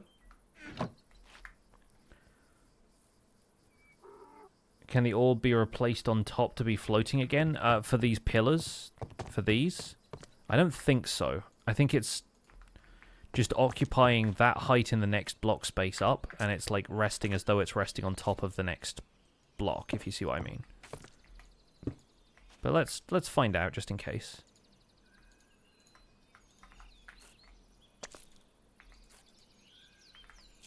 Oh, you can stack multiple objects though.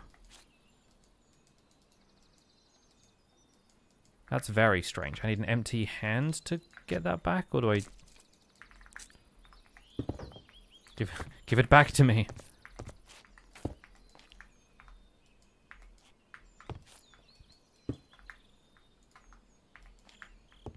Oh, you can. Okay, but then it's still like we could probably add another pillar on top of that, even, you know. Wait. If we put this here and we put that there, yeah, same thing. And it kind of comes down a piece each time. Honestly, I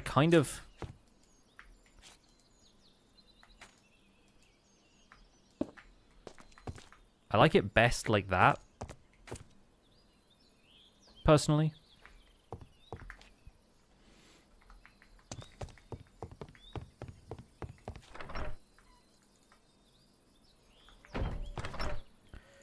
Gonna put these away for now. We'll come back to those later. We'll put these in here also.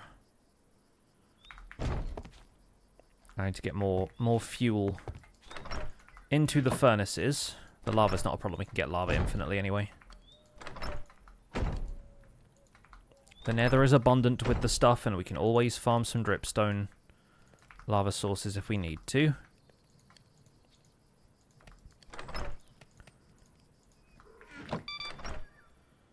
Put these back in here for a moment, and I'm going to go and quickly farm some dark oak wood. Did I have any more bone meal I tucked away somewhere? Was it in here? It was. Great.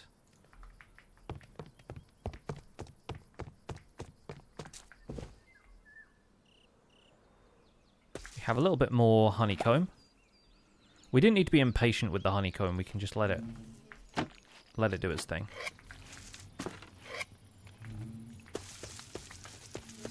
Let the bees do their thing. Already got enough for 12 more candles. That'll do for me.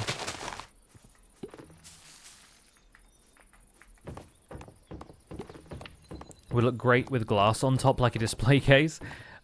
It might, actually. That could be an interesting way of placing it. Like if we did 2 of those pillars and then a glass block, but then the glass block might render oddly because of the block space here, but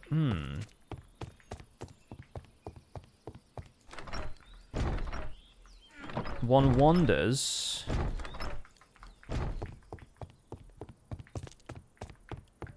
if you do this. Ah, hello.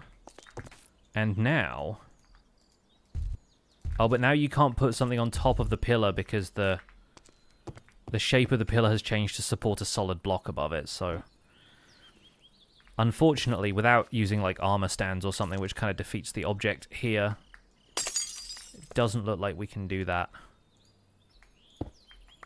the way we want it to.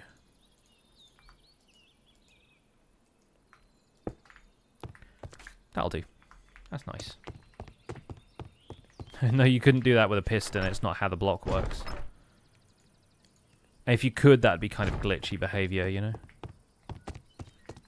Anyway, we have the dark oak wood. So what I'm doing with this is making a few more of the corner trim pieces and stuff to go in here. But also, I wanted to experiment with...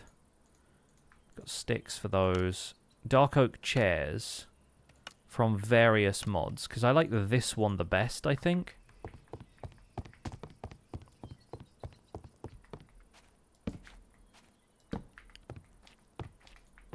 If you place these next to each other, do they become like a larger... No, okay, it's just 2 chairs. Alright, well that's fine. That's fine. I think maybe we put them either side of the window here and a table between. And that feels like a little place that you could sit and read. Maybe some more bookshelves in the background here. No protective glass over weapons in the Necromansion. We YOLO it. Think of it like a D&D thing where there's just like weapons kind of lying around sometimes.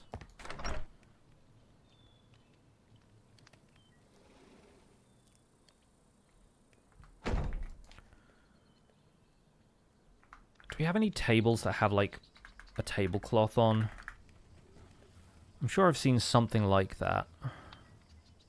Big dark cherry table.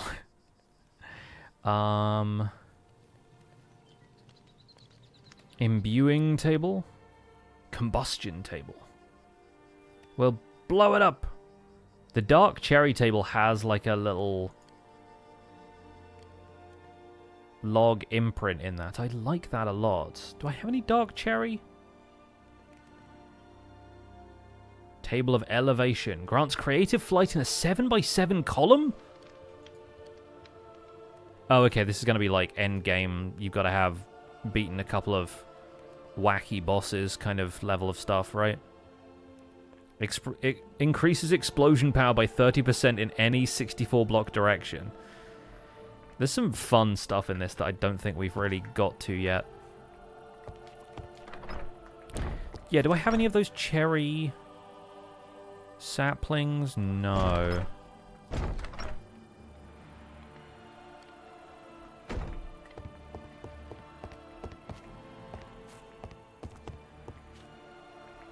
I feel like that makes like a cool looking table, though I kind of want that.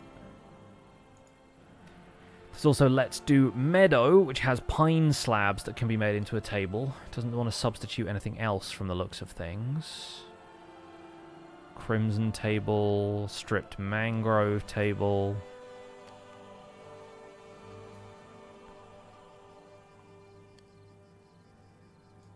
Mangrove table from twigs with fences and stuff. Looks like it might be a good one.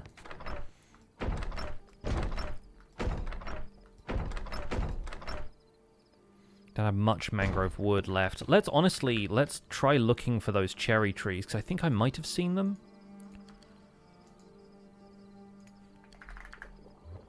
This cherry groves, snowy cherry groves.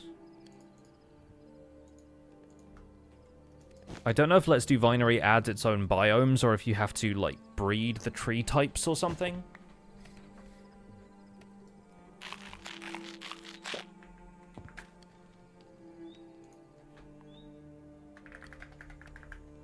See these dark cherry saplings.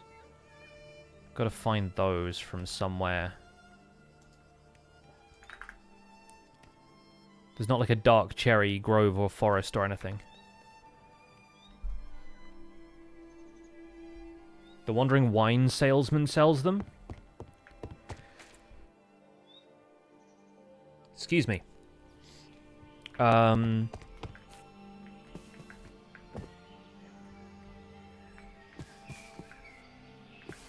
I did hear a wandering trader just now. There are mules here. Sasha. Oh, apple tree saplings. Sasha, that's not what I wanted, and you know it. Also, the grass and coarse dirt slabs being very good. Dark cherry planks, though. We can use those to make the table, yeah? Oh, Sasha, you've come into my hour of need. We didn't need the saplings if we can get the wood.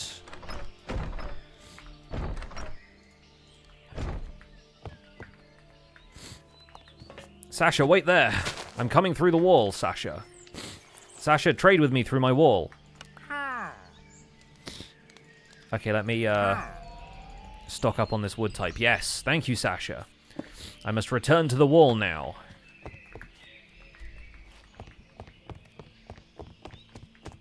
Imagine a guy being so eager to trade with you that he breaks down his own wall. Just Kool-Aid Mans through the front of his own house.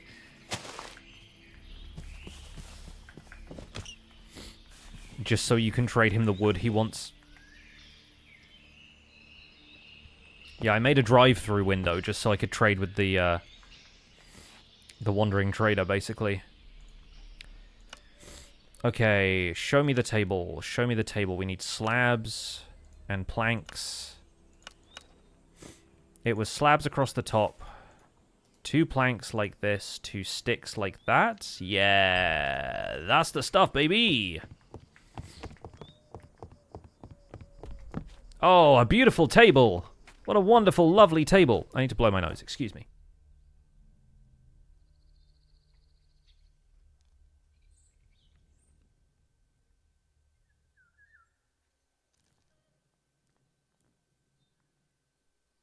Okay.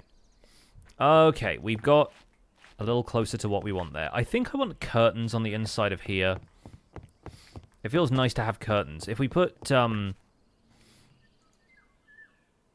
kind of curious if you can put these dark cherry tables, like, side by side, if you can make another one. If they, like, expand outwards into a different length table, or if they just sit side by side like individual blocks. It still looks quite nice that way. Still looks like a nice little reading nook for the necromancer to study his craft. No, I think we'll just do one. But I'm definitely keeping this table somewhere for later. Like, pop that down there. That's my other reading nook. Yeah. Yeah, that's nice. So curtains, or banners, or something. I forget how you make the curtains, but I think it's like these. The problem is the red curtains have this like stripe design that feels very, I don't know, like kitsch. And I want the same kind of effect you get from the tall black curtains that we've got up here. Those have the line in it as well, but it's dark, whereas the red one has that white stripe in it that I guess we've got red and white going on here, but it just doesn't feel right for over there. It doesn't feel, like, brooding and dark enough, you know?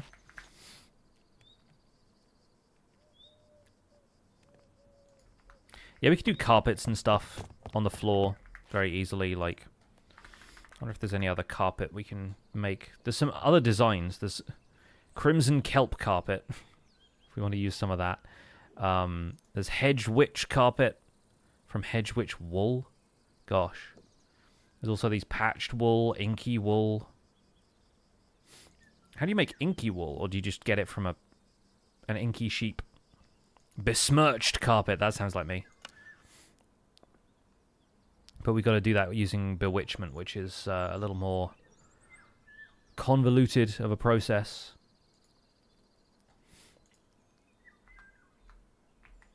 Find a hedge witch and shear them. Yeah, that's probably about right.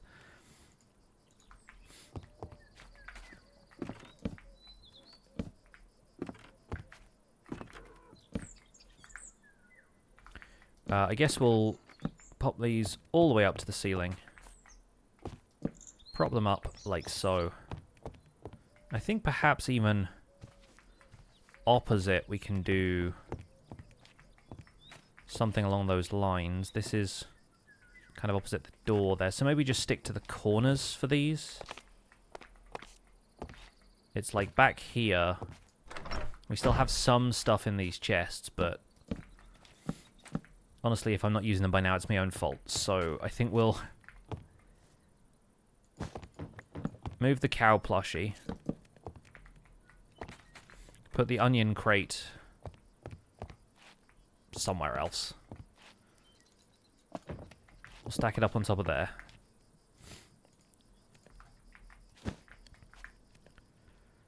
And then the spruce logs can go up to the ceiling. We'll do some dark oak corner trims. Maybe not that many.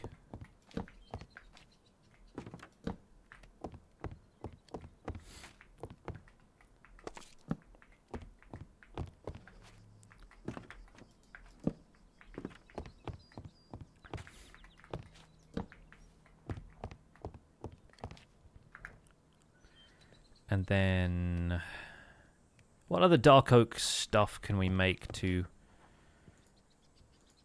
add to that? We're going to use those upstairs as well, so I'm not worried about making too many of them. We can make dark cherry trapdoors now. But then the dark oak trapdoors are going to be somewhere in here separately. Oh, yes, I don't have any dark oak planks, that's why.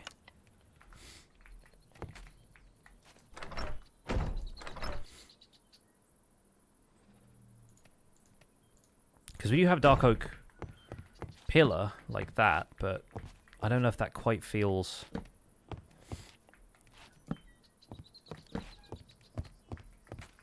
Yeah, maybe we'll do that. Maybe we'll do that for these bits.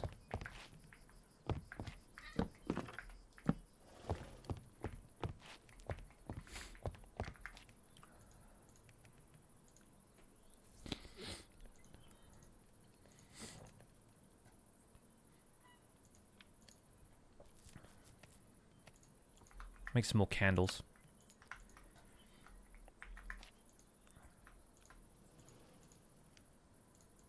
And we got loads of spruce logs in here, so we'll grab those. I mean, I suppose we could also arch the sections over where the chests are, because we're not going to have chests all the way up to the ceiling either.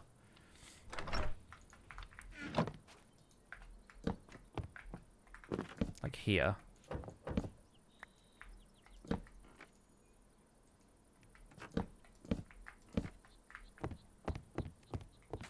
We could put something behind there decoratively as well. I think that'll look quite nice.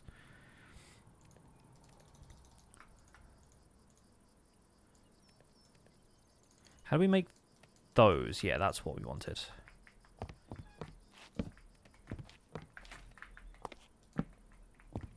And then we'll put dark oak trapdoors or something between them.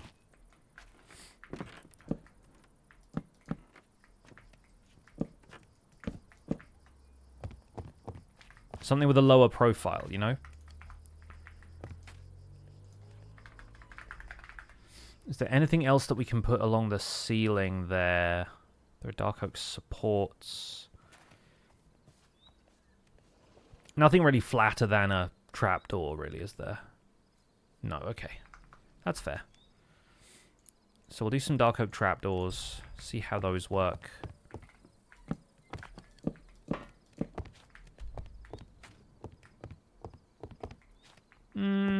I don't know, actually. I'm not certain we need them. Maybe we do them like that.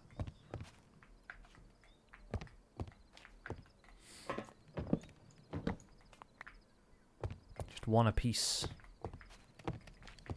I think one each is not bad. One there, one there.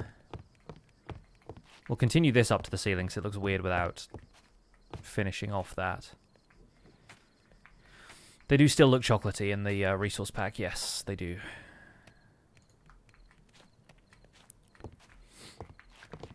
And we'll continue the trim and pillar on this side as well.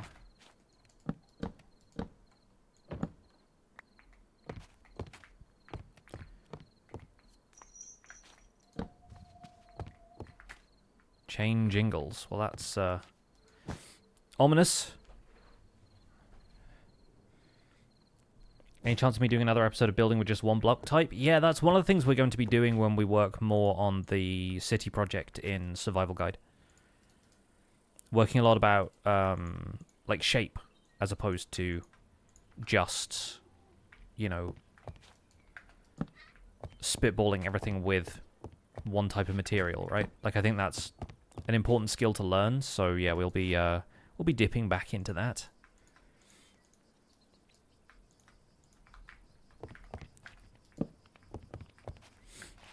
Yeah, I don't like it on that side only because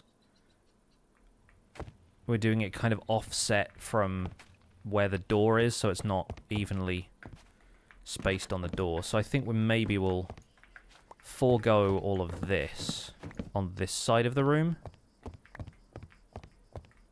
We could maybe keep it there and just have it be asymmetrical, but I don't know, that feels odd to me. So we'll do this.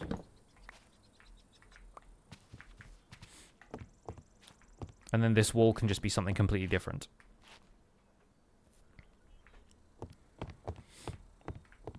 I like that, though. I think that looks cool.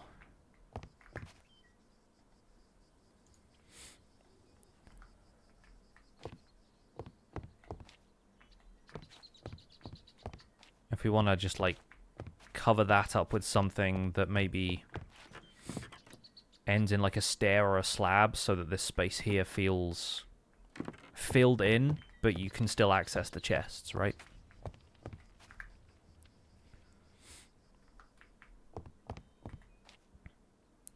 At least we still also have room to expand with another row of chests now if we want to, but I honestly don't think we need to.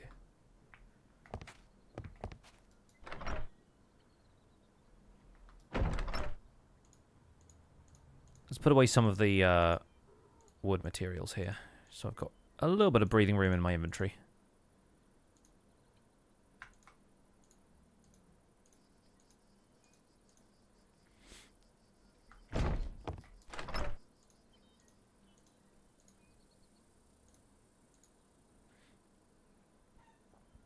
Yeah, dark cherry gets my vote. Cool wood type.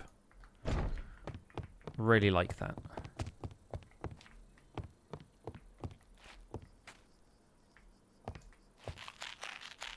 Does an undead person need breathing room? Good question.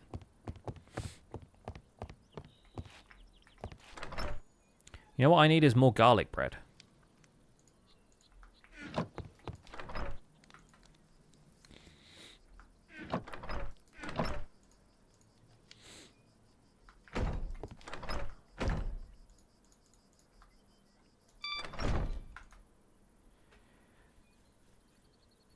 Such a deep red? Yeah. It's really nice.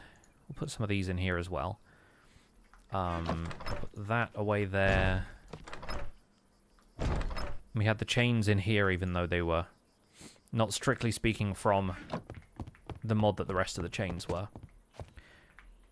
But I'm definitely liking this. It's starting to come together very well. I think I'm running out of steam for the building side of things. Also, this is literally a dark cherry tree directly behind my house. How have we not noticed that before?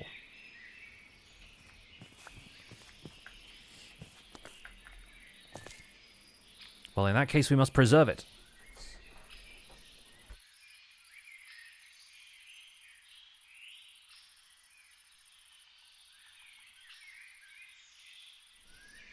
Potato People Amber did mention it. Yeah, I thought that they were saying, or somebody was saying that there was a like a dark oak tree that looked like it was a cherry tree, And sometimes the mods will do that where they mix the leaves of one thing with the wood type of another.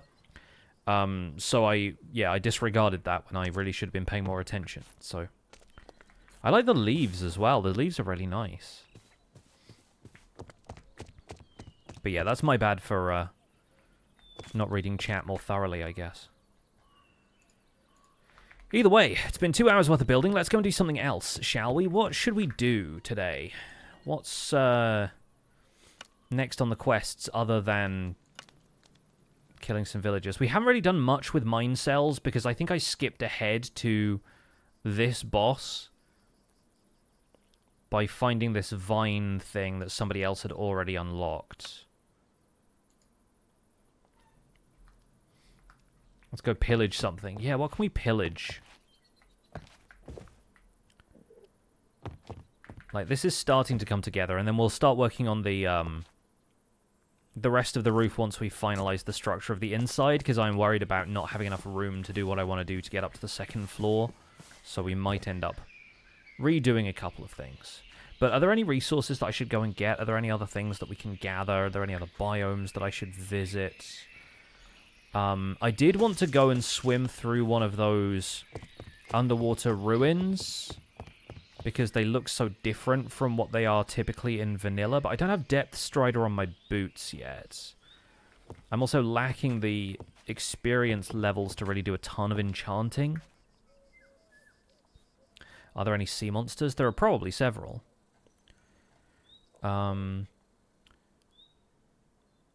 You can click there to collect all rewards, which I don't want to do because I would end up, like, missing something. Yeah, there's a lot of bosses. Fallen Icon. The Decaying King. That's the one that's found in the Nether. But we've... Oh yeah, we can craft this as well, which is netherite scrap. Soul-infused ingots, the Arkenstone, which we have. And that just gives us this Iron Man-looking armor. Also, these look weird and frightening.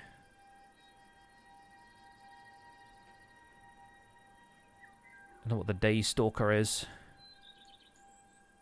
But this one seems to be the next one for us to fight. Like, we fought these two already, and this is the... Oh, the Monarch of Chaos. Right-click with the Shard of Uncertainty on a Blackstone pedestal. Okay. Do we have one of those already? Shard of Uncertainty? I'm pretty sure we had one somewhere.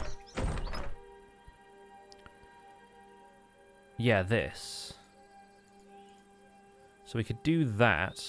I don't know where these Blackstone pedestals are, but I presume we can craft one.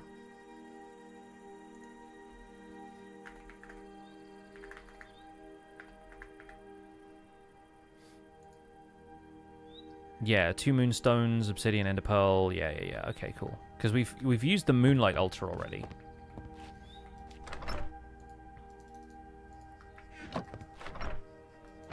And then obsidian, 2 ender pearls, and then moonstone. Where have we got moonstone? There.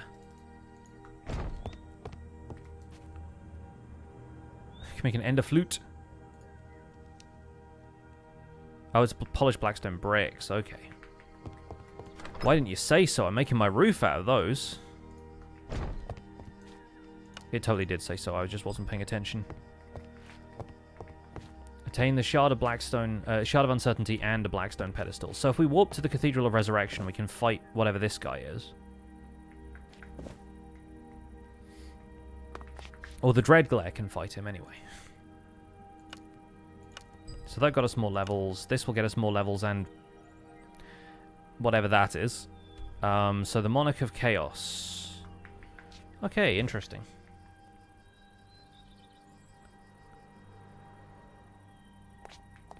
I like the little garden outside of Sausage's place. That's really cute.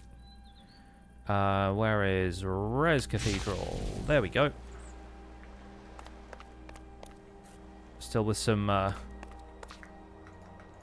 birds and pufferfish floating around.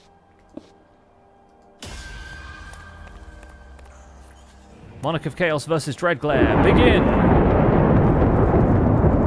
Oh, you like lightning, huh?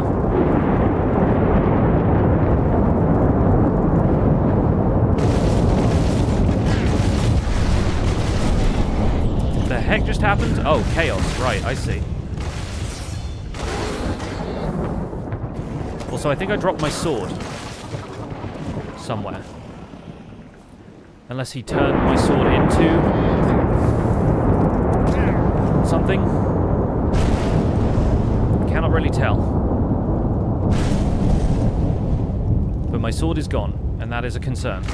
Oh, hello.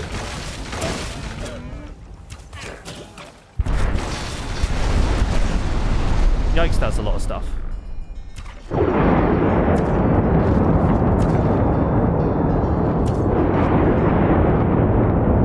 Seriously, where did my sword go? So confused now.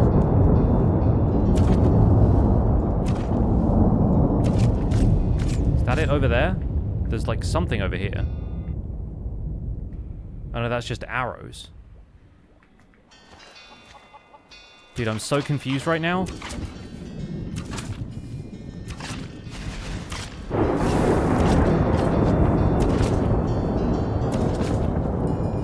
This wither skeleton is currently playing a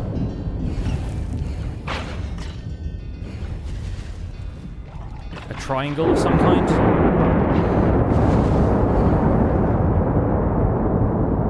Did one of the mobs pick up my sword?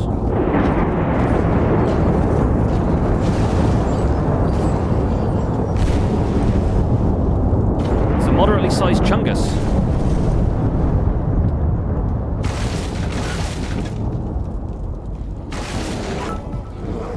The squids, the squids. What on earth is happening? I have chungus emeralds.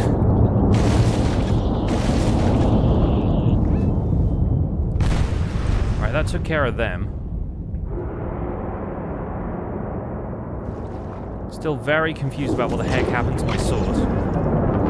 Unless it, like, broke.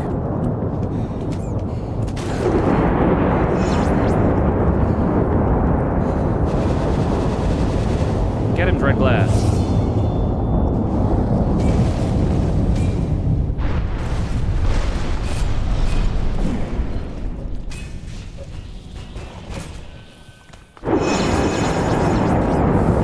Oh my goodness, there's so much happening. What the heck is that? Who's throwing a ridiculous-looking trident?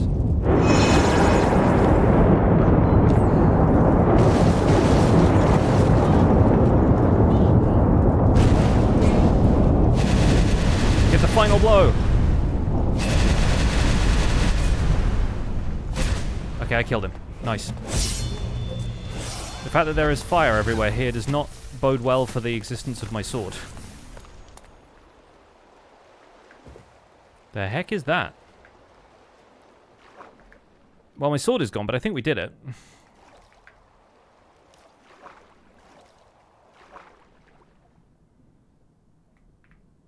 Oh, a dragon fireball? Cool. Very happy that's there. Not now, Hexblades, for goodness sake. Anyway, let's pick up all of this garbage. Well, I have the withered wabberjack now. Why was I, like, weirdly afraid to say that? A cape of chaos? That sounds like something I should be wearing.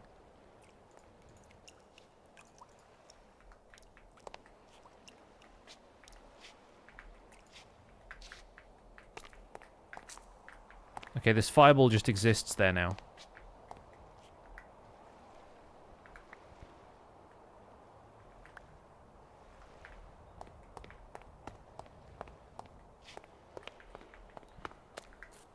Okay, well, I need a new sword, but, I mean, we got this. Crown of Chaos, Cape of Chaos. So this is just, like, weird armor. And this is a wand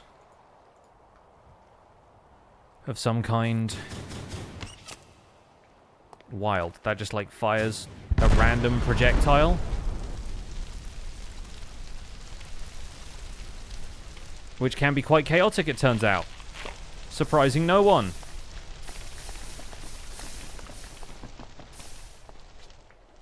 The heck is that? Concrete? Okay. Maybe it came from up here. Probably came from up there.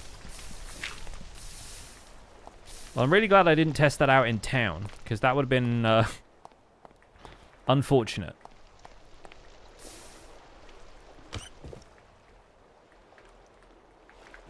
I just get hit by.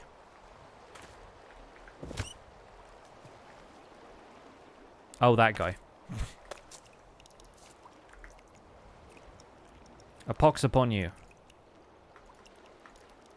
Okay, time to find a replacement sword.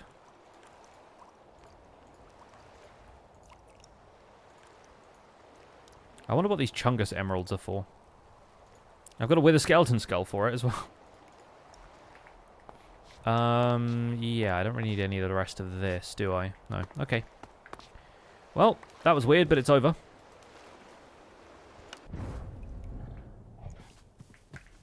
Ah, home sweet home.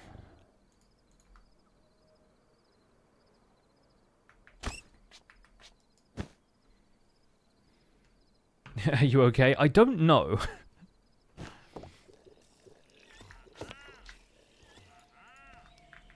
I like the fact that the Wandering Trader drinks an invisibility potion every night, but because that one comes from Vinery, I'm just going to assume that they're just drinking wine in the morning.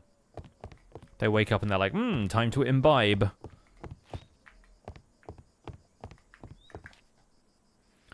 So yeah, kind of mad that my sword just disappeared mid-fight there, but we also have a few other things that we could be using. I've got another Frost Claymore here that doesn't necessarily have the same kind of abilities, like the enchantment-wise, but we could re-enchant with something else. I'm pretty sure the Frost Claymore was the one I was using. Right? It's got the, yeah, this spell. Frost is not necessarily even the, I have hunger and slowness and stuff.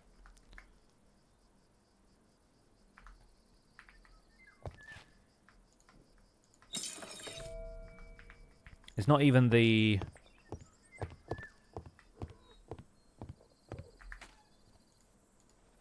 what would you call it? The affinity, like the spell power that I specialize in, but I don't have an arcane version of this, I don't think. I mean, there's an arcane claymore. Maybe I should be using that instead. This one already has unbreaking, but that's different level of damage.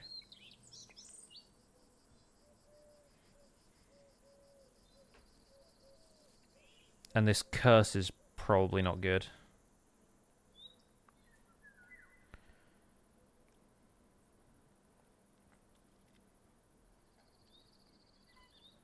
Oh, the Frost Spellblade was the one I was using before, right?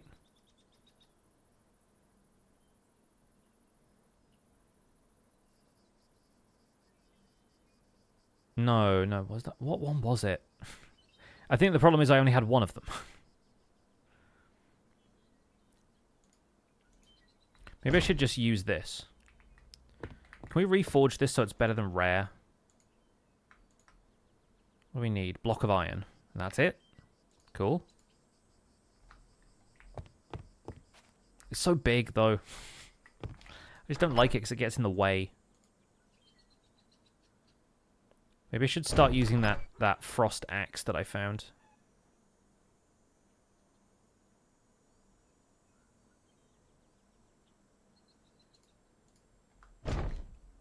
It will let me cast spells, but this spell is different. What does it do? Nordic Storm. Oh, that doesn't sound ideal, actually.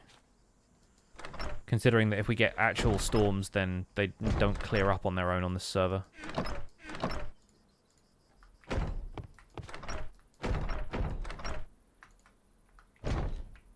There are different spell blades you can craft. There are tons of them, actually. We should probably look into that. Now that I've beaten this guy. Thank you for the Skofnung Stone. Remove harmful effects.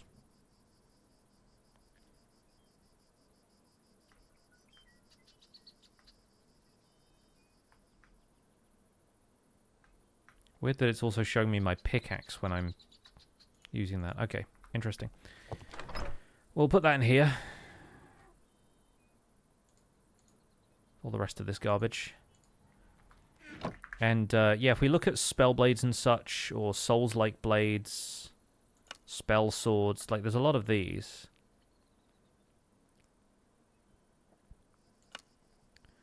Void Forge.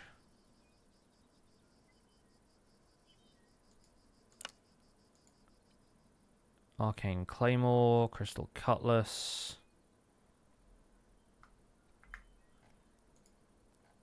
There's a few others in here. In Souls-like blades. Which we didn't craft, but we have certainly obtained a few of them. The Watcher.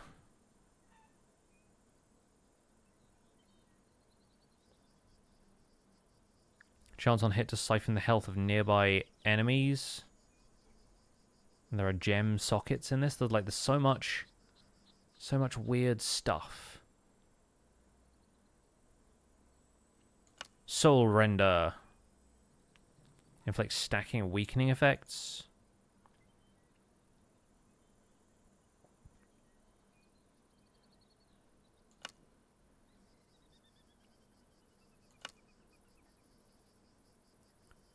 Alright, so how do we make any of these?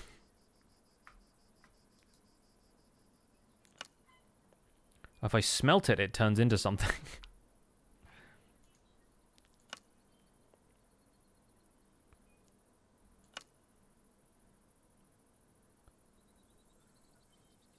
Okay, no, that's a quest submission thing, like...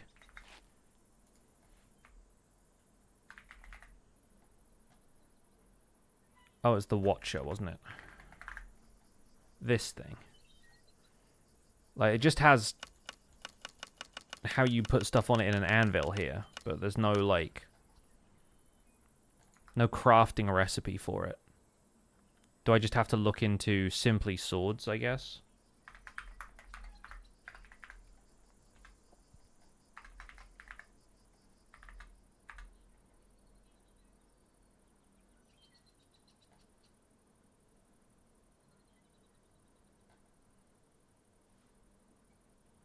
So we've got these runic tablets. Is there something you can do to make a book out of these? Oh, wait, hang on. Dormant relic, blah, blah, blah. There's some crafting stuff in here. And then the smithing. Oh, yeah, you turn netherite stuff into runic stuff.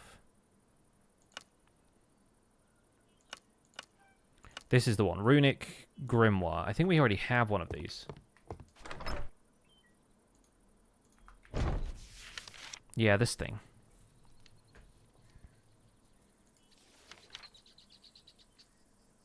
All those weapons are only found by looting because they're unique. Very low to find them, but they can be extremely powerful.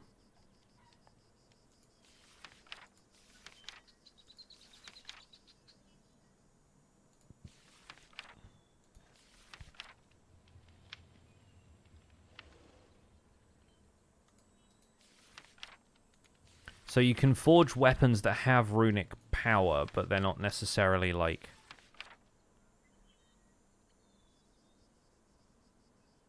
You infuse it with a diamond in a smithing table once you've got to a certain, like, level of something.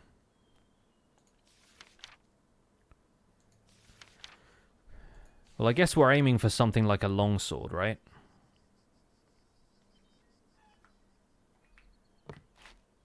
It was a found weapon that you were using. The tooltip said Mythic Frost Claymore. Oh, well, I have a Frost Claymore, but... yeah, we need to, like, reforge this. Because this one's uncommon. Requires a prismarine shard and full durability. Do you repair it using a prismarine shard? Do I have any prismarine shards? I'm sure some folks have got them. Like, I'm sure Eloise will have some. But I can also just go and kill some guardians.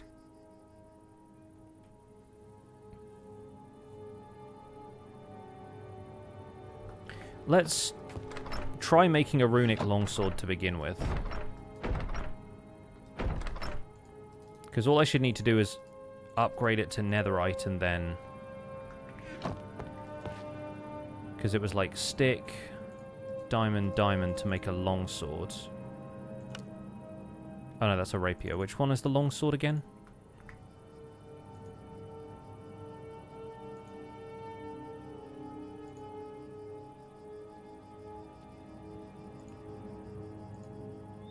Oh, it's...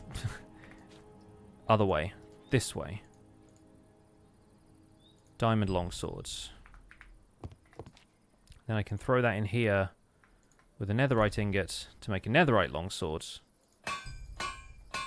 And then I can maybe throw this in here with like a runic tablet. Is that how you do it? And another diamond. One of these.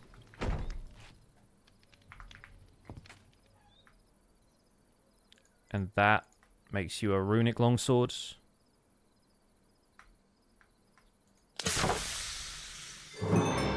Cool. So this gives me swiftness. It has lower durability, but the durability is already higher than a diamond sword, so that's fine. Yeah, 9 power. Chance for on hit to increase the wielder's move speeds. And then if I want to reforge this here, how do I... Oh, it needs a netherite ingot, okay. So that's kind of rough. But that might get us something higher than rare. And I've got enough netherite that we could give it a try. Just once, maybe. With one of these catalysts.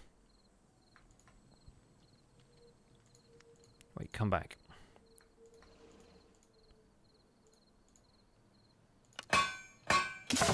Still rare, but it doesn't have any downsides anymore, which is, I guess, better. Okay.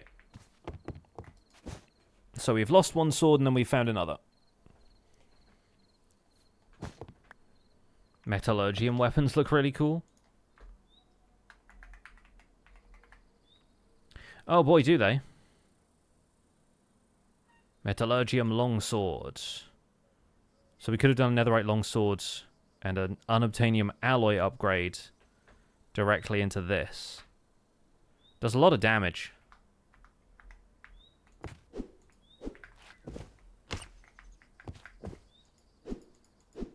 The thing I miss about this is that it doesn't have the spinning attack that the frost claymore does. Like, I really like this just for like clearing out enemies.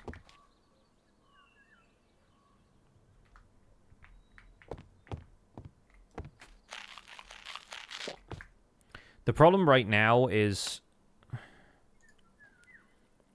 It's not in quests. Where is the skill tree? I really want to... Where is it? This. While casting spells, you're inflicted with harmful effects, but then your minions transfer those effects to other things. But... this really annoys me and I don't want it anymore. I'm like, how can I get rid of that? Like, I'm pretty sure there's a way to respec your skills, I just can't remember what it is, and every time I use that kind of useful sword skill, I end up, like, getting a ton of status effects now. You can take one of the whirlwind vials and right-clicking it onto a weapon gets that spinning effect. Whirlwind vial. Oh, I've seen these. Whirlwind oil. Can be used on a weapon not already containing a spell. Drag over an item and right-click to use. So I could put it on this sword, theoretically. And have something that's slightly better. I mean, I guess I would still... I still get weird, harmful status effects, though. Like, right now I have mining fatigue. Like, that's garbage. Like, as part of the necromancer skill set, I really don't like that. I mean, it's fine when you have minions to do that and you're in combat, but if I want to cast a spell for any other reason, it gives me a bunch of annoying status effects.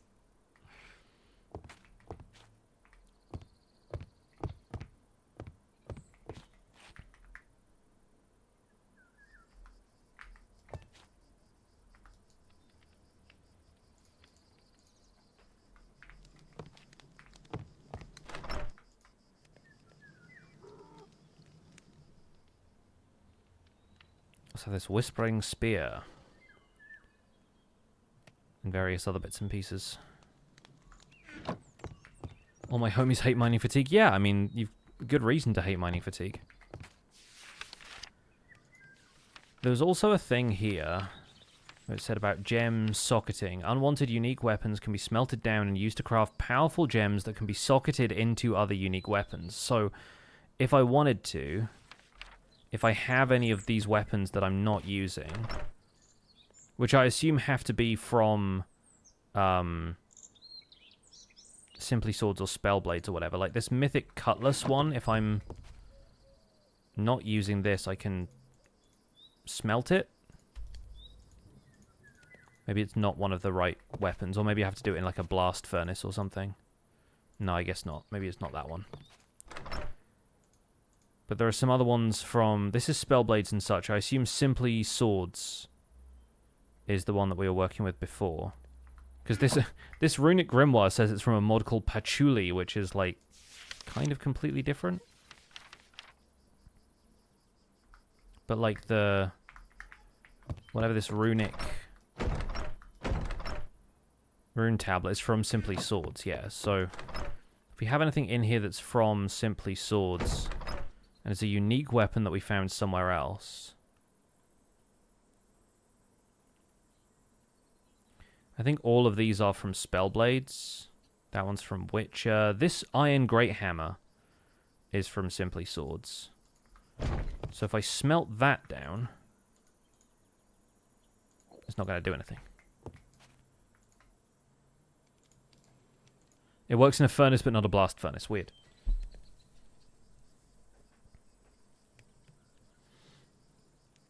Does this just turn into an iron ingot? Or an iron nugget? Yeah, thought so. Worth trying. Didn't need it anyway.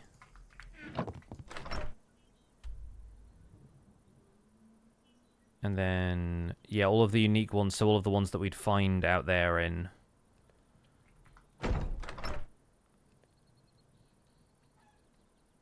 dungeons and things. Souls-like weaponry. Yeah, I feel like Souls-like weaponry has a completely different set of stuff, right? Yeah, but a lot of this is from Spellblades. Eternium Spear is from Archers. The Traveler's Compass is here in jail.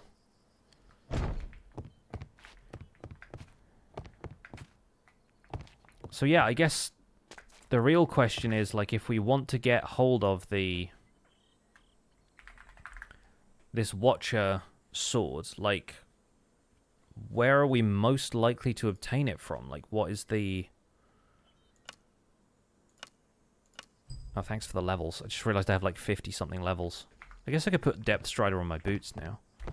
But, like, what is the best way of finding some of those?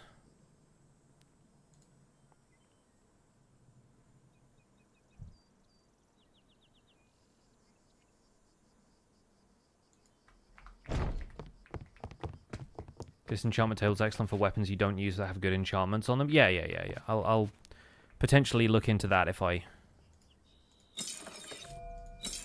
find some stuff like that that's got good bits and pieces.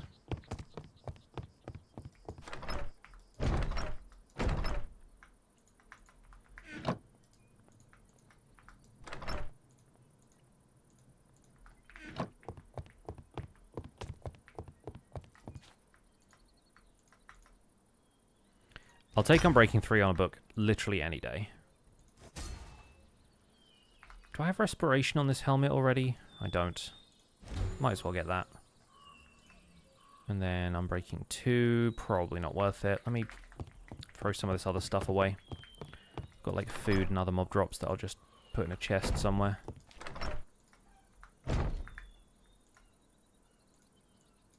Turn those into deep slate bricks. Tuck those away in storage. Don't need the obsidian either. Okay.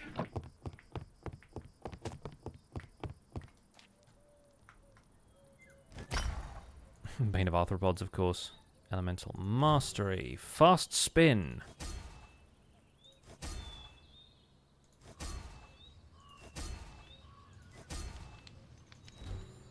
Of course, it's kind of difficult to get any specific enchantments this way, but I have very few alternatives. Depth Strider 3. Not too bad. Didn't take long. Search as many chests and structures as possible. The spawn percentage is really low. That makes sense. That makes sense. Right, let's put Depth Strider on the boots. That's Respiration. Excellent.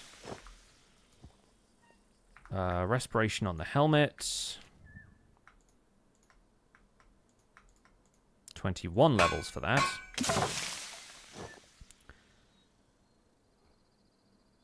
Not too bad, though.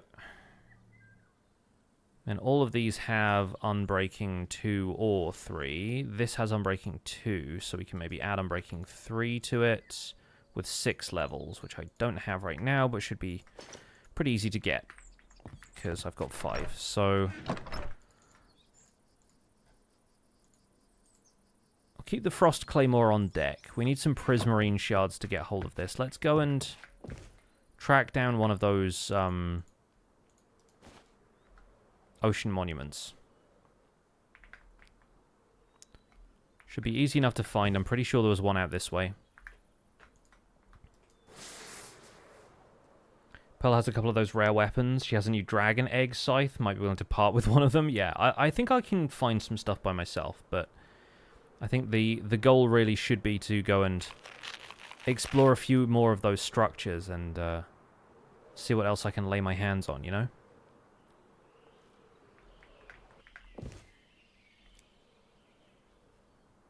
What's up, zombie? Welcome in.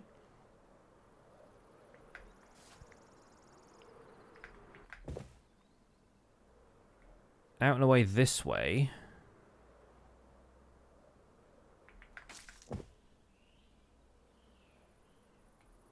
And I think we'll run into the ocean before long. Hey, there's another mine cells plot.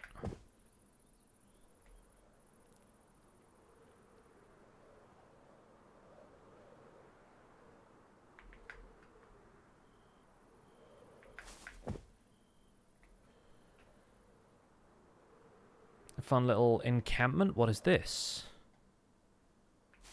Hello. Ooh.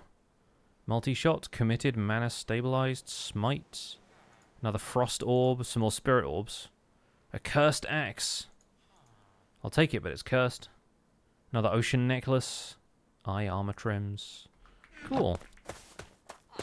Funky little outposts. There's a villager in a cage. That's what we like to see. Some more iron boots. Mythic iron boots. But negative 65% gravity. Does that just mean you're bouncy?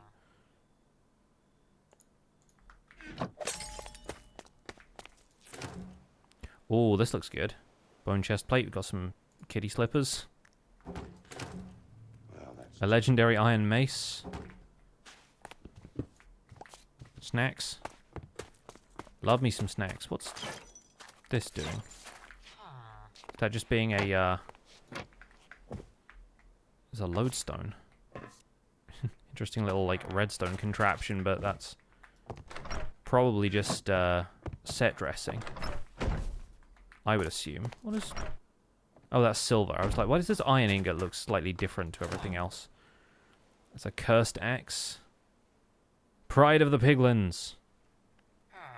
Shaped glass. Massive increase to damage dealt. The item will take more damage in return. Weird. Ultimatum. It's a fun sounding sword. Definitely on the lookout for a new sword.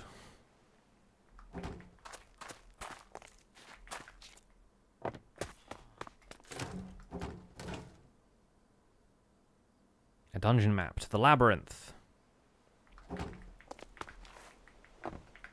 Alright, on we go. What's maybe my favorite part of the modded aspect of Minecraft while doing this SMP? Some cool building materials, a few neat looking blocks. And I think honestly just the ability to double jump has been really fun. Like a bit more of the movement being changed up feels good. It doesn't feel like I've got depth strider right now, but that might just be because I'm flying. Can't really tell.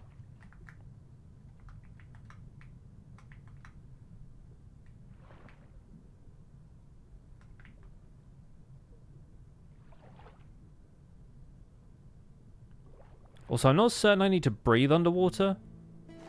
Like, I never noticed the oxygen meter go down when I'm doing one of these, like, ocean trips. Hello? Get out of here.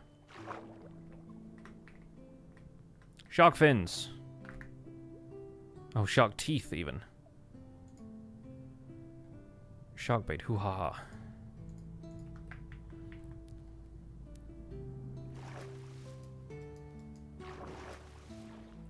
Well, this place has seen better days. I wonder if it's still got guardians.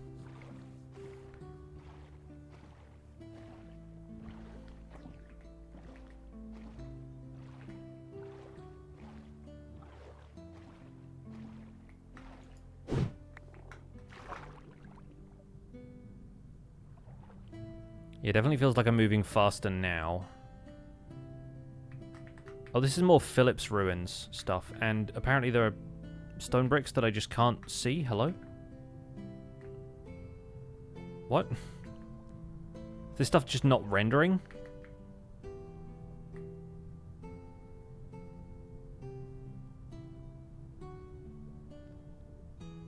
Yikes.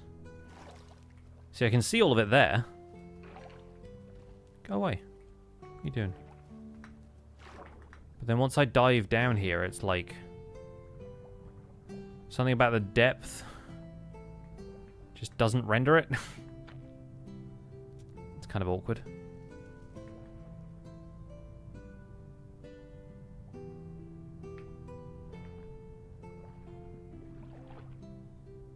I haven't done a whole lot of ocean diving, and I'm beginning to see why that was a good thing.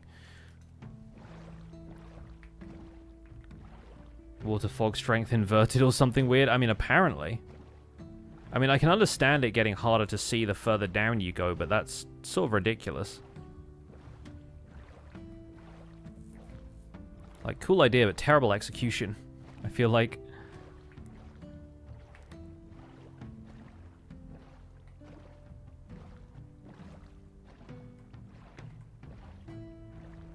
Need some kind of trinket to do this? I mean, possibly, but it still feels incredibly weird when you're diving down there and it looks like you should have visibility, but you don't see any of the blocks around you. It's a little frustrating. Also, am I going anywhere that I've actually been before? Probably not, right? There's our Blackstone Island. I might just head back to that. Because I know there's a waypoint there. I didn't really come fully prepared for like an ocean monument kind of thing. Like I don't have any water breathing or night vision potions, some of which might help with whatever the heck is going on with the rendering. The oceans and nether are terrifying in this pack. Yeah, the nether is kind of ridiculous. Like it's cool in a very chaotic way, but I much prefer how simple the vanilla nether is. Because it doesn't just feel like it's throwing everything at you in every biome, you know? Like, there's a bit of breathing room in the nether. Which is important because I think the nether is one of those environments that you want to feel like you can establish some layer of control over. What's the effect I have? Darkness perpetually, I guess. It doesn't seem to have any kind of bearing on what I'm doing here. Or maybe if I dive down with a torch, will that help? Doesn't feel like it should, but you know what? Minecraft logic. Nope, it just sort of doesn't render blocks whenever I get, like, a little bit above the... or under the surface of the water. Yeah, it's kind of awful. It might be something to do with that darkness effect, but I don't know how to get rid of it, because it's not, like, counting down or wearing off at all. This is something to do with whatever I have equipped. Is it this cursed axe? If it is, I'll just put that in my backpack.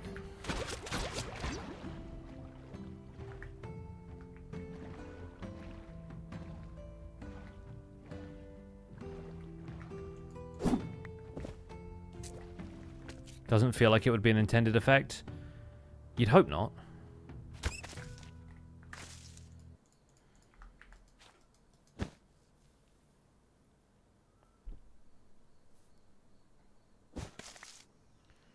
Well, it's daytime now. So whatever this darkness effect is, let me try re-logging and see if it's still there.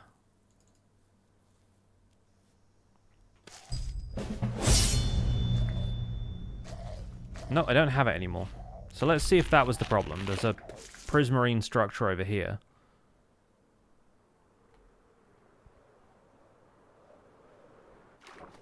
Okay, now it seems to be rendering stuff fine. So it was whatever that darkness effect was. And there are some prismarine shards in here, thank goodness.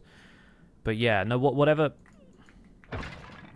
was going on just there, I think it was something to do with that necromancer ability. I'm pretty sure there's a way you can re-roll your skill tree, right? Like, I'm pretty sure there's a way you can actually completely redo the skill tree. I would just remove that one necromancer ability that gives me bad status effects whenever I cast spells, because it seems only very circumstantially useful.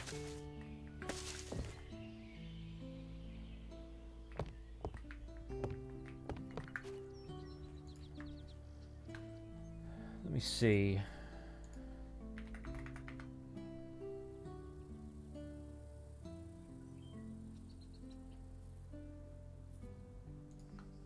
Is it something here to do with skill?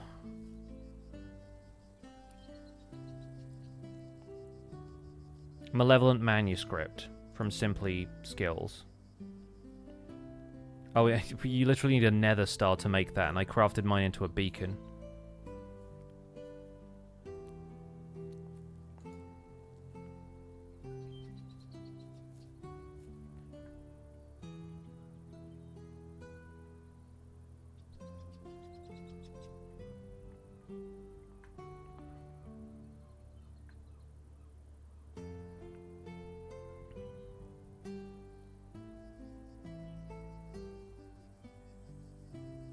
The Skill Chronicle seems to be something you can make to store your current loadout. The Malevolent Manuscript says it devours all knowledge of your specializations, consuming all experience invested. So would I need to start from scratch?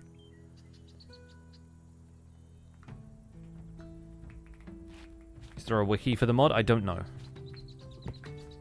Some of these have like very minimal documentation, which is sometimes a little frustrating, I'll admit.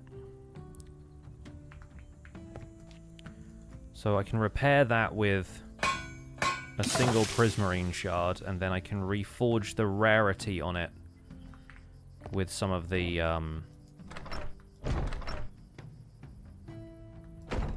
stuff that I have in here.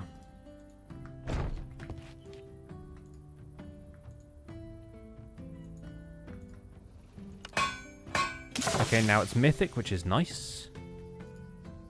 And then we can start to enchant that if we want to. So that's sort of back to where we were at in terms of...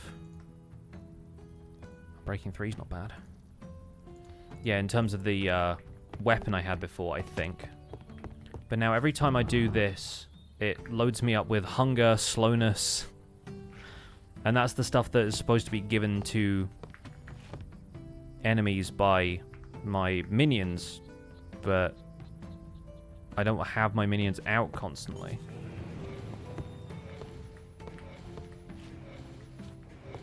See, they basically eat the bad status effects.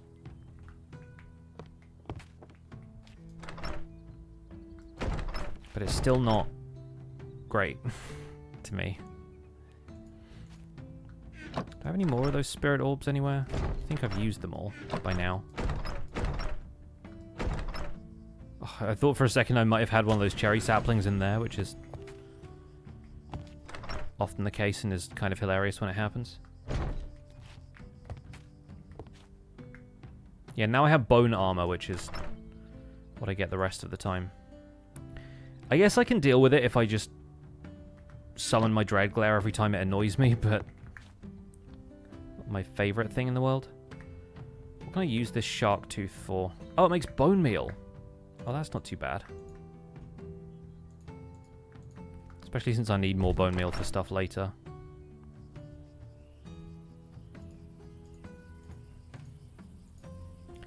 But see, right there, I just accidentally right-clicked to use the ability of this when I was trying to open a chest.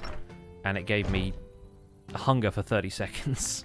It's just, it's untenable, dude. I can't even resummon the Dreadglare for the entire time that that's active. I'm like, no, I want to get rid of this. I think the next stream's goal is going to be fighting another Wither to get me one of these malevolent manuscripts so that I can respec. Because if we make this beforehand, the Skill Chronicle says it can store your spent skill points in your unlocked specializations, and you can restore it as long as you have no points spent in your skill trees. So if the Malevolent Manuscript, it says it refunds all the points in your base skill tree, consuming all experience invested, but that doesn't necessarily mean that I don't get to spend the points again. Because it says refunds, so... yeah, I think maybe next time we focus on getting rid of that. Just because I think the status effect thing is not very helpful when I'm using a Spellblade pretty much constantly. I think maybe we'll go for that next time.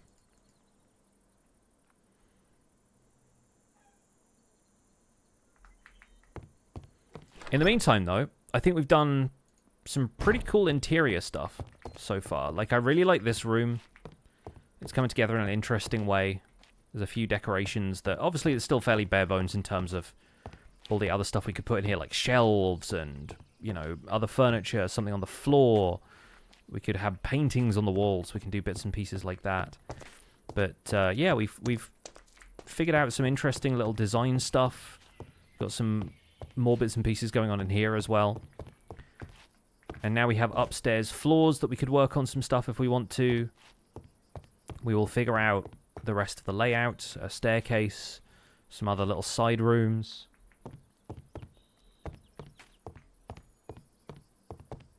Yeah, a fireplace, some heating. Like, we could do a big fireplace back here or something. I feel like that would work quite nicely.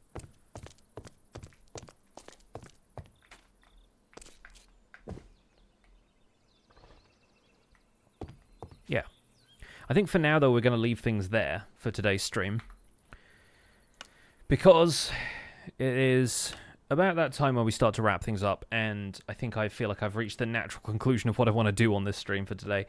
We're not going to be streaming Elden Ring today because ZloyXP is working on the Hermitcraft recap, and we're going to be back on Tuesday with some more of that, along with some more Fantasy Minecraft Fabric. So for now, I'm going to do a raid. We're going to pass you folks on to somebody else who's live here on Twitch. Anybody else out here playing some Minecraft? I tell you what, I'll send you folks over to Joe Hills, who is on Hermitcraft, having returned from his honeymoon, is doing a bonus Sunday morning stream. So we'll go say hi to Joe. You can use your Pixel Hype emotes and the hashtag PixelRaid to show some love, but bear in mind that Joe may be working on Hermitcraft videos because he records his videos as he streams, so he might not acknowledge the raid when it comes in. There's no problem there at all. He's a busy man, he's got a lot of building to do, so go say hi to Joe for me, and I'll see you folks again on Tuesday when we'll be back to Fantasy Minecraft and a bit more Elden Ring as well. So have a good weekend. Until then, take care. Bye for now.